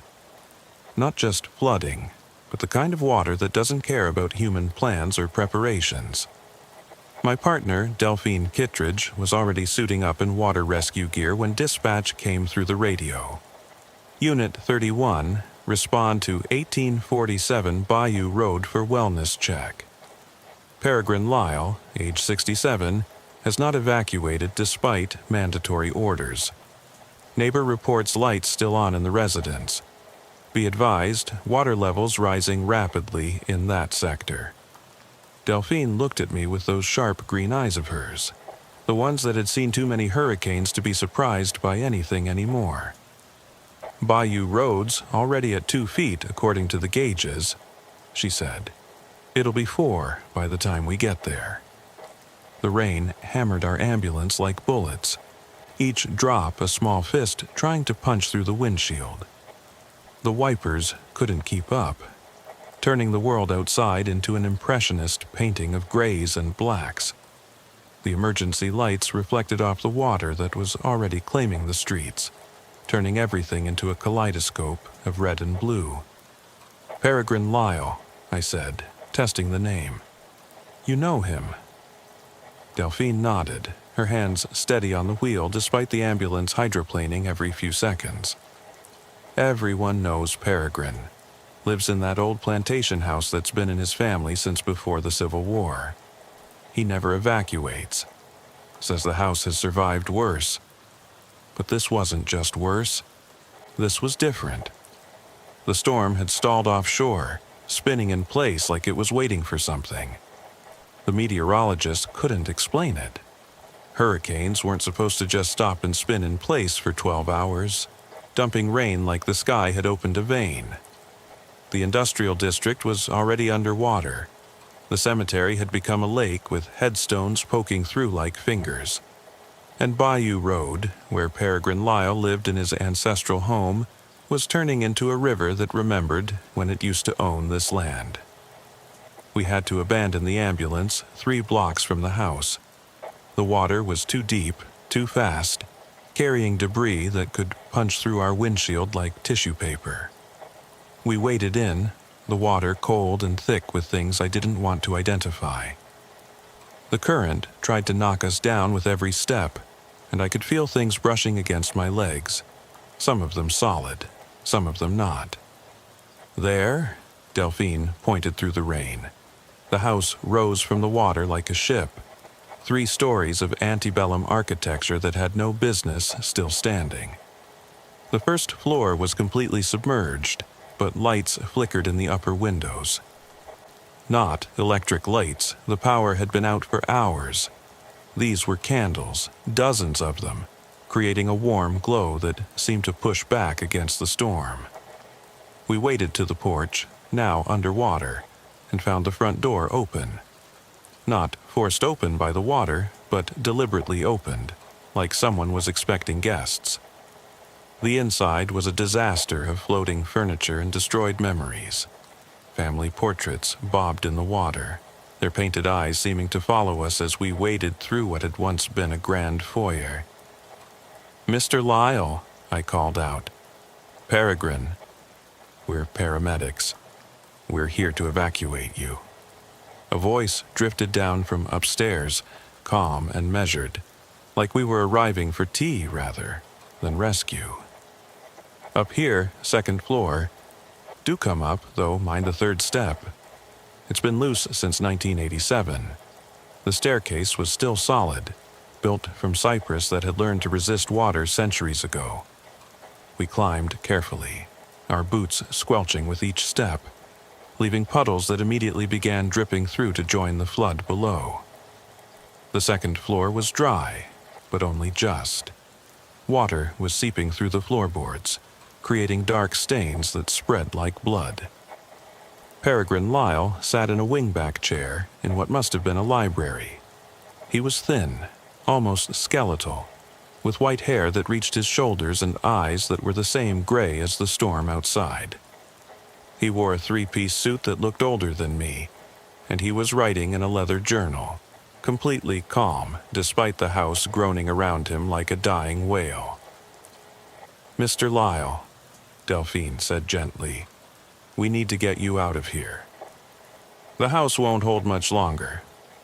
He looked up at us with those storm-colored eyes and smiled. "On the contrary, Miss Kittredge, the house will hold precisely as long as it needs to. It always has." He gestured to the walls around us, and I noticed they were covered with documents. Not just any documents, but records dating back centuries. Birth certificates, death certificates, land deeds, marriage licenses. An entire family history displayed like evidence in a crime that spanned generations. "This is the 7th time this house has flooded," Peregrine continued, returning to his writing. 1856, 1893, 1927, 1965, 1992, 2005, and now. 7 floods for 7 sins, though I suspect you're not interested in biblical numerology. I wasn't, but something about the dates nagged at me. They weren't random. Each flood had been exactly 37 years after the previous one, except for the gap between 1927 and 1965. The pattern had been broken, then resumed. "We're interested in your safety," I said, checking his vitals without touching him. His breathing was steady but shallow. His color was off, too pale, with a bluish tint that suggested poor circulation. The water's rising faster than predicted. This whole area will be underwater within the hour. "Yes," he said simply. "That's rather the point." He turned the journal toward us, and I could see he was writing names. Hundreds of names, each with a date beside it. Some of the dates went back to the 1800s. "Every person who died because of what this house represents," he explained. "Every slave who worked the plantation, every freedman who was cheated out of wages, every family destroyed by the wealth this place generated. I've been documenting them for 40 years, and tonight, finally, the ledger will be balanced." Delphine and I exchanged glances. Survivor's guilt taken to an extreme, or maybe something more. The house groaned again, and I could hear water rushing somewhere inside the walls. The flood had found a way in, was filling the spaces between the walls like blood-filling veins. "Mr. Lyle," Delphine said, "whatever you think you're atoning for, drowning yourself won't fix it." He laughed, a sound like wind chimes in a hurricane. "I'm not drowning myself, my dear. I'm returning what was taken. This land was stolen from the water, from the bayou, from the swamp. My ancestors drained it, built levees, forced it to be something it wasn't. and in doing so they destroyed countless lives. The water wants it back. Has always wanted it back. I'm simply facilitating the transaction. The lights flickered, the candles guttering in a wind that shouldn't exist in a closed room. And in that strobing light I saw something that made my blood cold. The water stains on the floor weren't random. They were forming patterns, words maybe, or symbols. And they were moving, spreading across the floor in deliberate paths, like something was writing with water from below. "We need to go," I said, grabbing for Peregrine's arm. "Now." But he pulled away with surprising strength. "I've been preparing for this for 7 years," he said. "Ever since I found the records.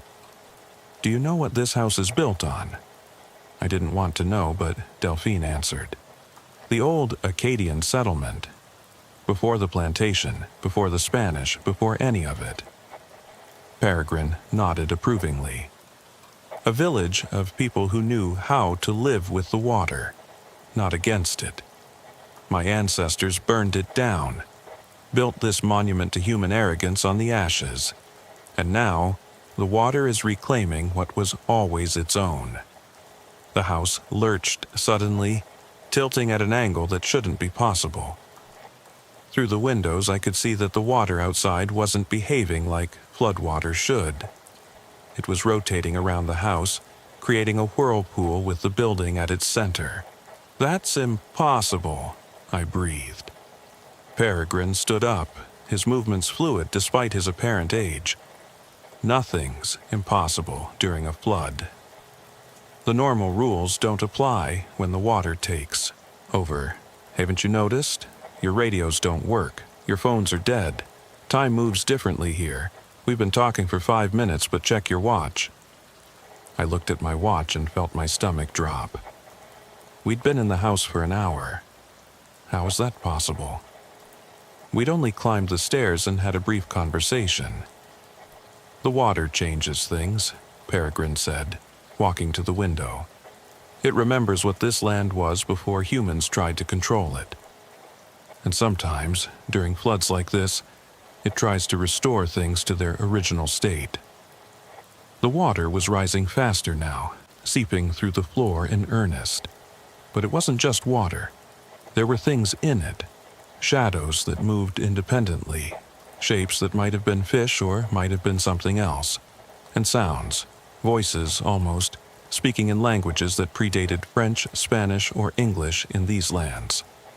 "We're leaving," Delphine said firmly. "With or without you." But when she moved toward the door, it wouldn't open. Not locked, not stuck, just wouldn't open, like the house itself was keeping us inside. Peregrine touched the wall gently, like comforting an old friend. "She won't let you leave until it's finished," he said. "The house knows its time has come. It's tired of standing against nature, tired of being a monument to cruelty. It wants to return to the mud, to become part of the bayou again." The water was ankle-deep on the second floor now, rising impossibly fast. Through it, I could see things that couldn't be there. Furniture that had been destroyed decades ago. People in clothing from different eras, all moving through the water like it was air. They weren't threatening, just present, like the flood was bringing back everything the house had ever contained. "The records," Peregrine said urgently, grabbing his journal. "They need to survive. The names, the dates, the truth about what happened here. Someone needs to know." He thrust the journal into my hands and I saw that it wasn't just names. It was stories, testimonies, a complete history of everyone who had suffered because of this place. The water was at our waists now, warm despite the cold rain outside. It smelled of earth and time, of things that had been buried coming back to the surface. Through the windows I could see that the outside world had disappeared. There was just water and darkness and the sense of something vast and patient finally getting what it wanted. "There's an attic," Delphine said. practical even in the face of impossibility. We go up. But Peregrine shook his head. The attic is where they hid during the 1927 flood. 13 people, mostly children, trapped when the water rose too fast. They're still there, waiting. You don't want to meet them. Trust me. The house groaned again, and this time I felt it settling, sinking into the mud that had always wanted to claim it. We were going down with it, becoming part of the archaeological layer that future generations might discover. If there were future generations. If the water ever receded. The window, I said. We break the window and swim for it. Peregrine looked at me with pity. Swim where? Look outside. Really look. I looked, and finally understood. The water outside wasn't flood water. It was older, deeper, something from before humans had mapped this land. It was the original water, the primordial swamp that had covered this area before anyone thought to drain it. And in it, things moved that had no names because they'd existed before language. You brought us here to die with you, Delphine said. But she didn't sound angry, just resigned, like she'd always known the water would win eventually. No, Peregrine said, I brought you here to witness. To carry the story forward. The house will fall. I will go with it. But you too will survive. The water doesn't want you. You're not part of the debt.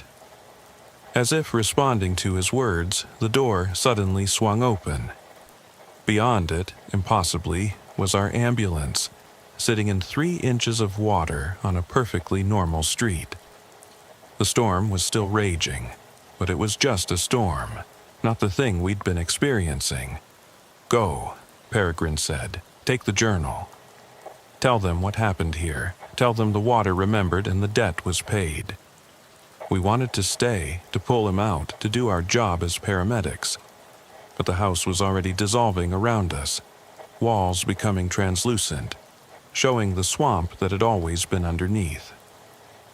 Peregrine was dissolving too, becoming part of the water, his storm-colored eyes the last thing to fade. We ran through that impossible door and found ourselves standing beside our ambulance, soaking wet and shaking. Behind us, where the house should have been, was just water. Calm, normal floodwater, reflecting the emergency lights of other response vehicles that had suddenly appeared. There's no house here, one of the other paramedics said. Hasn't been. For years. The old Lyle place got demolished after Katrina. I still had the journal in my hands, wet but intact. Inside were the names, the stories, the history Peregrine had compiled. But the last entry was different. It was in my handwriting, though I didn't remember writing it. The water remembers everything. The debt has been paid. The land has been returned. Peregrine Lyle, last of his line, chose to go with the house his ancestors built on stolen ground. He was not forced. He was not murdered. He simply returned to where he always belonged. Delphine and I never talked about what happened in that house that didn't exist. We filed a report saying we'd been unable to locate Peregrine Lyle, that he must have evacuated before we arrived. The journal went to the Historical Society, where it became part of the record of plantation atrocities, though no one could explain how it had survived the flood that destroyed everything else on Bayou Road. The storm passed, the water receded. Life went on. But sometimes during heavy rains, when the water starts rising in the low-lying areas, I think about Peregrine Lyle and his house that remembered its sins. I think about the water that remembers everything, that waits patiently for its chance to reclaim what was taken from it. And I check my watch obsessively, making sure time is moving at the right speed, that 5 minutes is really 5 minutes, and not an hour of borrowed time in a house that's already underwater. We still run calls during floods, still wade through rising water to reach people who won't evacuate. But now I pay attention to the patterns in the water, the voices in the rain, the way some houses seem to want to fall while others stand defiant. Because Peregrine Lyle taught me something that night. Sometimes the water isn't just water. Sometimes it's memory, justice, and patient vengeance all mixed together, waiting for the right storm to set things right.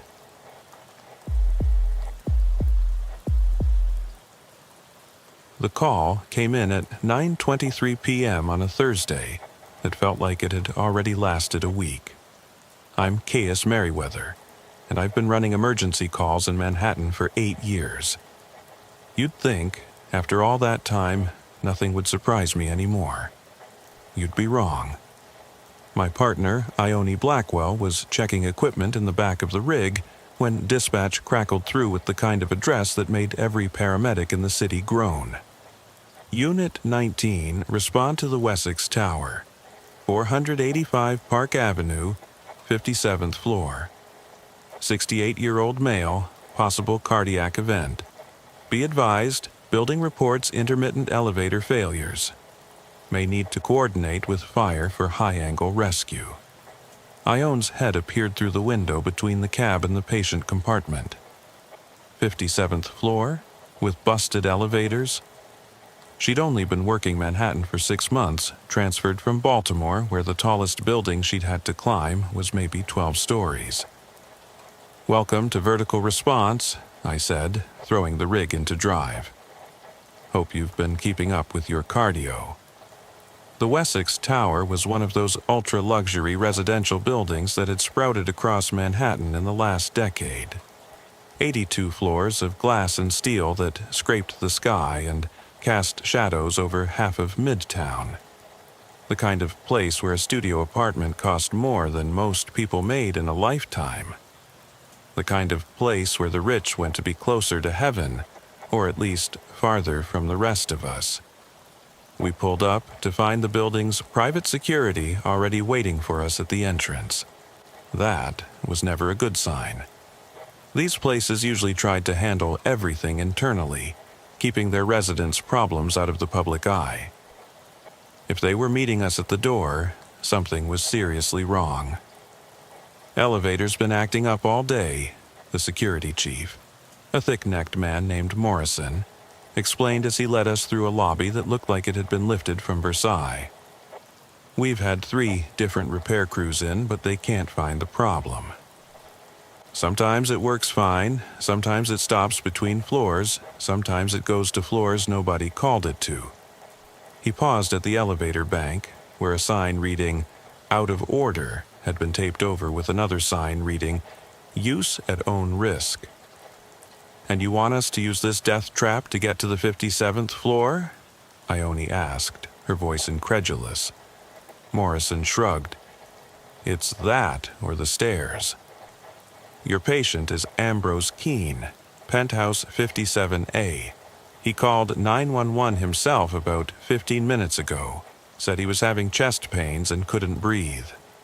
Our concierge tried to check on him, but Mr. Keene wouldn't open the door. Said he needed real medical help, not hotel staff playing doctor." I looked at the elevator, its brass doors reflecting our distorted images back at us. Something about the reflection was off, like the brass was old and warped despite the building being less than 5 years old. "How long would the stairs take?" I asked, already knowing the answer. "Carrying equipment?" "Probably 30 minutes minimum," Morrison said. "Maybe more." The stairwells are narrow, designed for emergency exit only. Not really meant for going up. 30 minutes for a cardiac patient was too long. We'd have to risk the elevator. "We'll take it," I decided, "but you're sending a team up the stairs as backup in case we get stuck."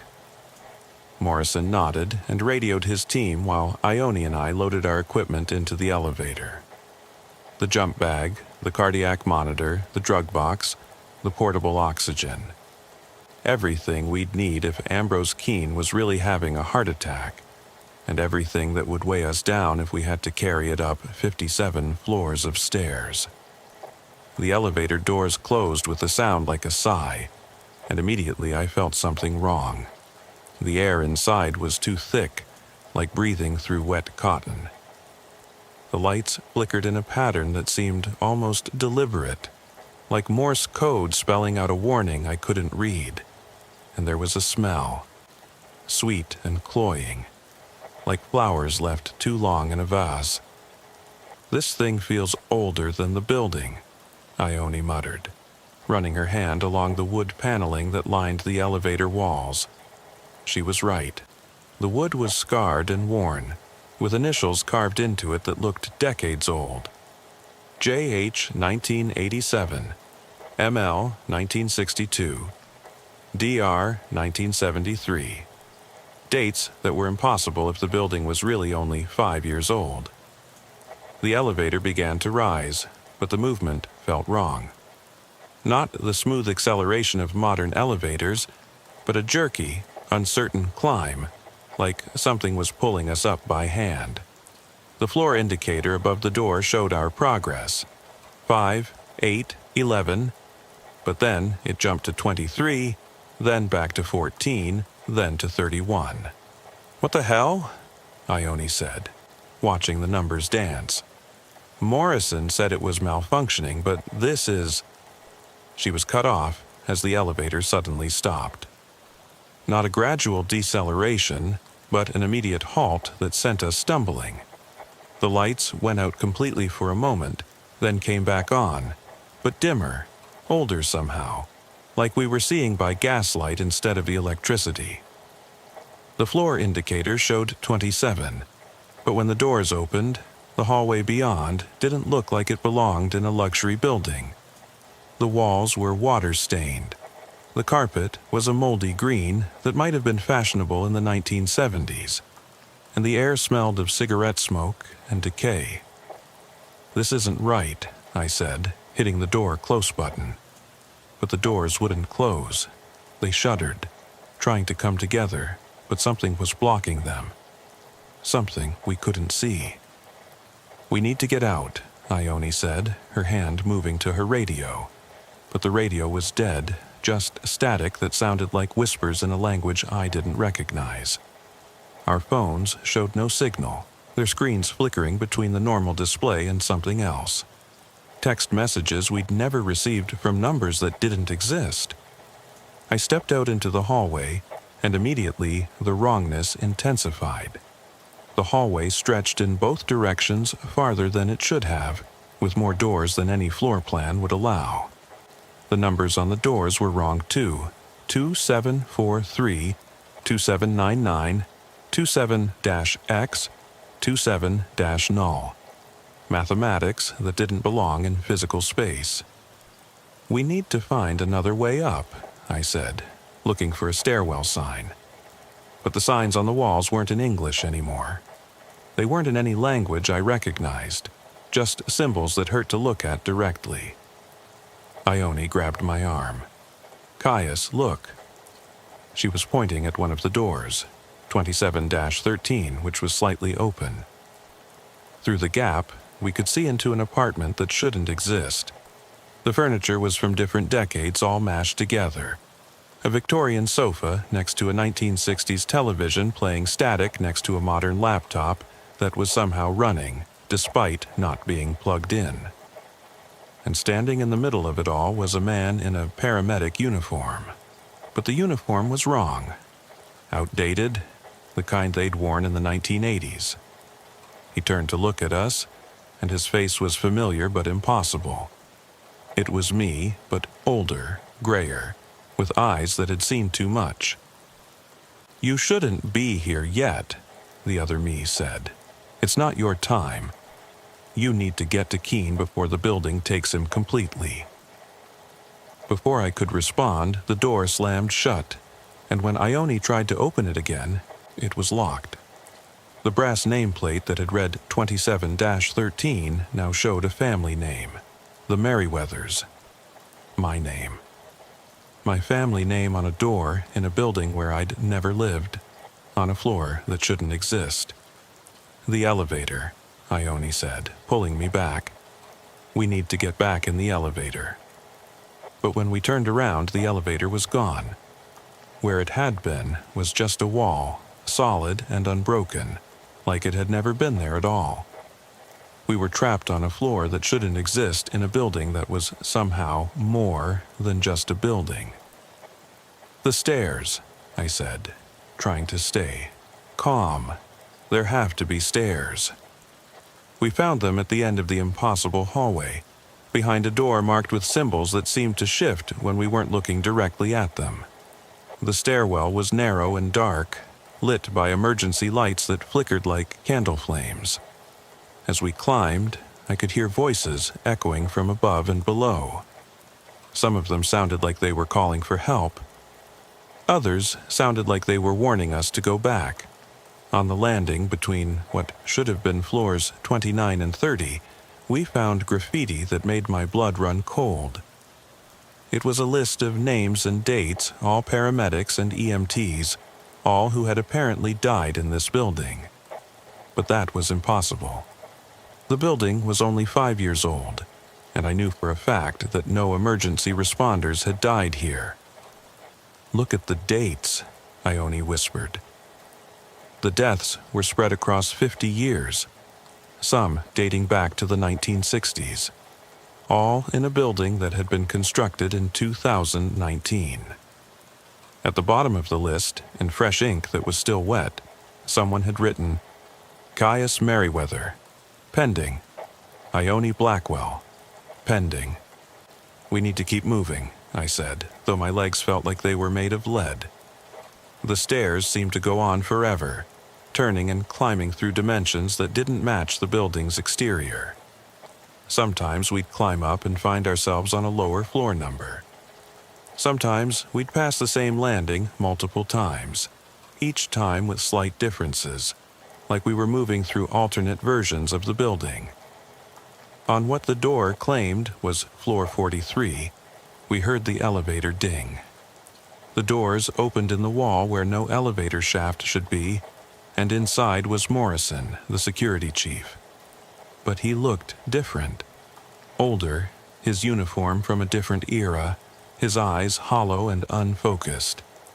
"You're running late," he said in a voice that sounded like it was coming from very far away. "Mr. Keene has been waiting for so long, so many years. The building won't let him go until someone comes to witness." "Witness what?" Ione asked. But Morrison was already gone, the elevator doors closing on empty space. When I pressed the call button, nothing happened. The elevator was gone again, like it had never been there. We kept climbing. Floor 45, 48, 51. The numbers stopped making sense, but we kept going up because there was nowhere else to go. The stairwell behind us had become something else, the steps we'd already climbed transforming into smooth wall when we looked back. The building was reshaping itself around us, herding us toward the floor 57, toward Ambrose Keene. Finally, impossibly, we reached a door marked 57. The metal was cold to the touch, colder than it should be, and when I opened it, frost formed on my fingers. The hallway beyond was the luxury corridor we'd expected to find, all marble and crystal and soft lighting. But it was wrong, too. The marble had veins that pulsed like arteries. The crystal chandelier was made of what looked like frozen tears, and the soft lighting came from nowhere and everywhere at once. "Penthouse 57A," Ione read from an ornate sign. "This is it."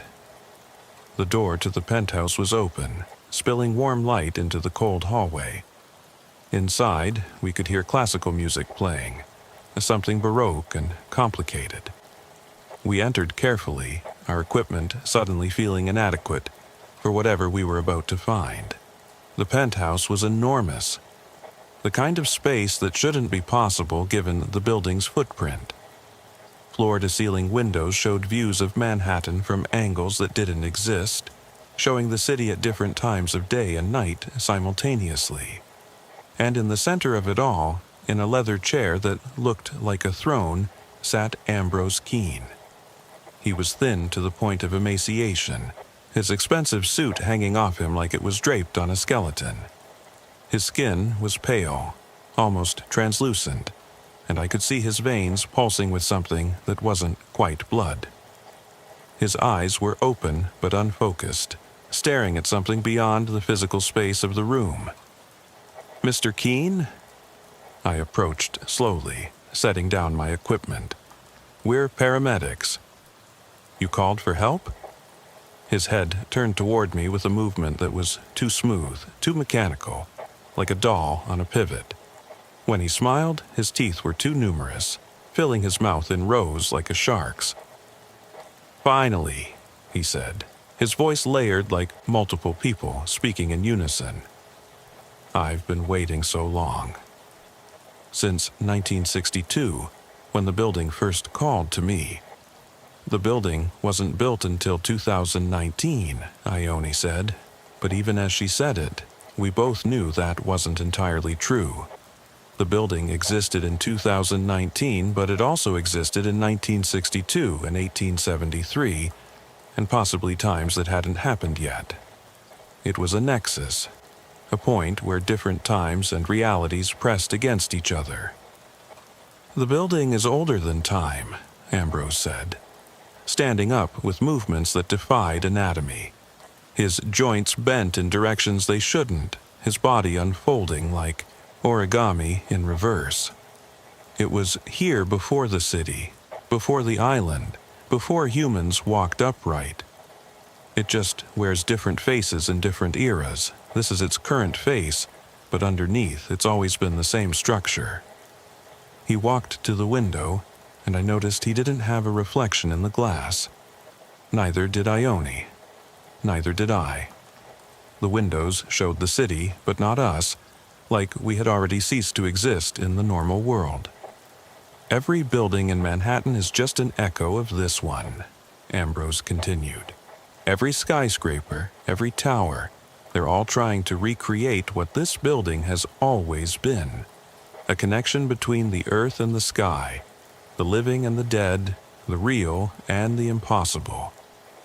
His medical records were spread out on a coffee table that looked like it was made from compressed newspaper clippings. I glanced at them and saw impossible things. Medical reports from doctors who wouldn't be born for another decade. Death certificates dated in the future. X-rays showing organs that humans didn't possess. "You called for medical help," I said, trying to ground us in our purpose. "Are you having chest pain? Difficulty breathing?" Ambrose laughed, a sound like glass breaking in reverse. "I'm having difficulty existing. I've been in this building too long, and it's transformed me into part of itself. Look." He opened his shirt, and where his chest should be was a cavity filled with elevator cables and electrical wiring. His heart was visible, but it wasn't pumping blood. It was pumping something that looked like liquid light, circulating through tubes that disappeared into the walls of the apartment. "The building needs caretakers," he explained. "People who understand its nature, who can help it function across all its timelines. I've been doing it alone since 1962, but I'm tired. The building brought you here to replace me, or to join me. It hasn't decided yet." Ione was backing toward the door, but when she tried to open it, it wouldn't budge. We were sealed in with Ambrose and whatever he had become. "We're not staying," she said firmly. "We're emergency responders. We have other calls, other patients." "Do you?" Ambrose asked. "Check your radios, check your phones, check your watches." Our radios were silent, not even static now. Our phones showed no date, no time, just screens full of symbols that hurt to look at. My watch was running backward, the second hand ticking counterclockwise, undoing time with each movement. "Time doesn't work the same way in the building," Ambrose said. "You've been here for 3 minutes and 3 years simultaneously. Your unit has been reported missing in one timeline, while in another you haven't even arrived yet. The building exists in all times at once, and now so do you." I could feel it then. the weight of the building's impossibility pressing down on us. My memories were becoming confused, mixing with memories that weren't mine. I remembered responding to calls in this building in 1987, even though I would have been a child then. I remembered Ione dying in a stairwell collapse that hadn't happened yet. I remembered Ambrose Keene, young and healthy, calling for help that would take 60 years to arrive. "You need to choose," Ambrose said. "Become part of the building's emergency response system, existing across all timelines to help all versions of its residents, or resist and become like the others." "What others?" I asked, though I was afraid of the answer. He gestured to the walls, and I saw them then. Faces in the marble, pressing against the surface like they were trapped just beneath. Paramedics, EMTs, firefighters, police officers, all the emergency responders who had entered the building across its various timelines and had refused its offer. They were part of the structure now, conscious but frozen, aware but unable to act. "The building needs witnesses," Ambrose explained. "People to observe its existence, to validate its impossibility. Some serve willingly, like me. Others become architectural features, but all feed the building's need to be acknowledged." I looked at Ione, saw my own terror reflected in her eyes. We were medical professionals, trained to handle emergencies, to save lives. But this was beyond our training, beyond our understanding. This was a building that existed outside normal space and time, that transformed people into components of itself, that needed human consciousness to maintain its impossible existence. "There's a third option," Ione said suddenly. "We treat you. Actually, treat you, not for cardiac symptoms, but for what's really wrong with you." Ambrose tilted his head, curious. "And what's wrong with me?" "You're disconnected," she said, pulling out her equipment with hands that barely shook. "Not from reality, but from humanity. The building has isolated you, made you into something between human and architecture. But you're still partially human, which means you can still be stabilized." It was insane, but I understood what she was trying to do. If Ambrose was the building's primary caretaker, its main connection to human consciousness, then treating him might affect the building itself. I joined her, pulling out the cardiac monitor. When we attached the leads to Ambrose's chest, around the cavity of wires and cables, the monitor showed something impossible. Not a heart rhythm, but the building's rhythm. The electrical pulse of elevators rising and falling, of lights turning on and off, of water flowing through pipes. The building's vital signs displayed on our medical equipment. "Your pulse is the elevator cycle," I said, reading the patterns. "Your blood pressure is the water pressure in the pipes. Your respiration is the air circulation system. You haven't become part of the building. The building has become part of you." Ambrose looked surprised for the first time. I hadn't considered it from that angle. We worked with desperate efficiency, not treating Ambrose's body, but treating the building through him. When we administered medications, we weren't injecting them into his veins, but into the building's circulation system. When we provided oxygen, we were aerating the building's stagnant air. It was medicine as metaphor, treatment as ritual. But somehow, it was working. The walls began to solidify, losing their organic pulse. The impossible geometry of the penthouse started to resolve into normal angles. The faces in the marble faded, released from their architectural prison.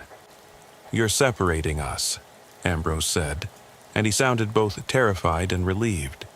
"After all these years, you're pulling us apart." The building shuddered. Elevators throughout the structure suddenly coming online, their cables singing like harp strings. The lights flickered in a pattern that might have been Morse code for "thank you," or might have been random electrical discharge.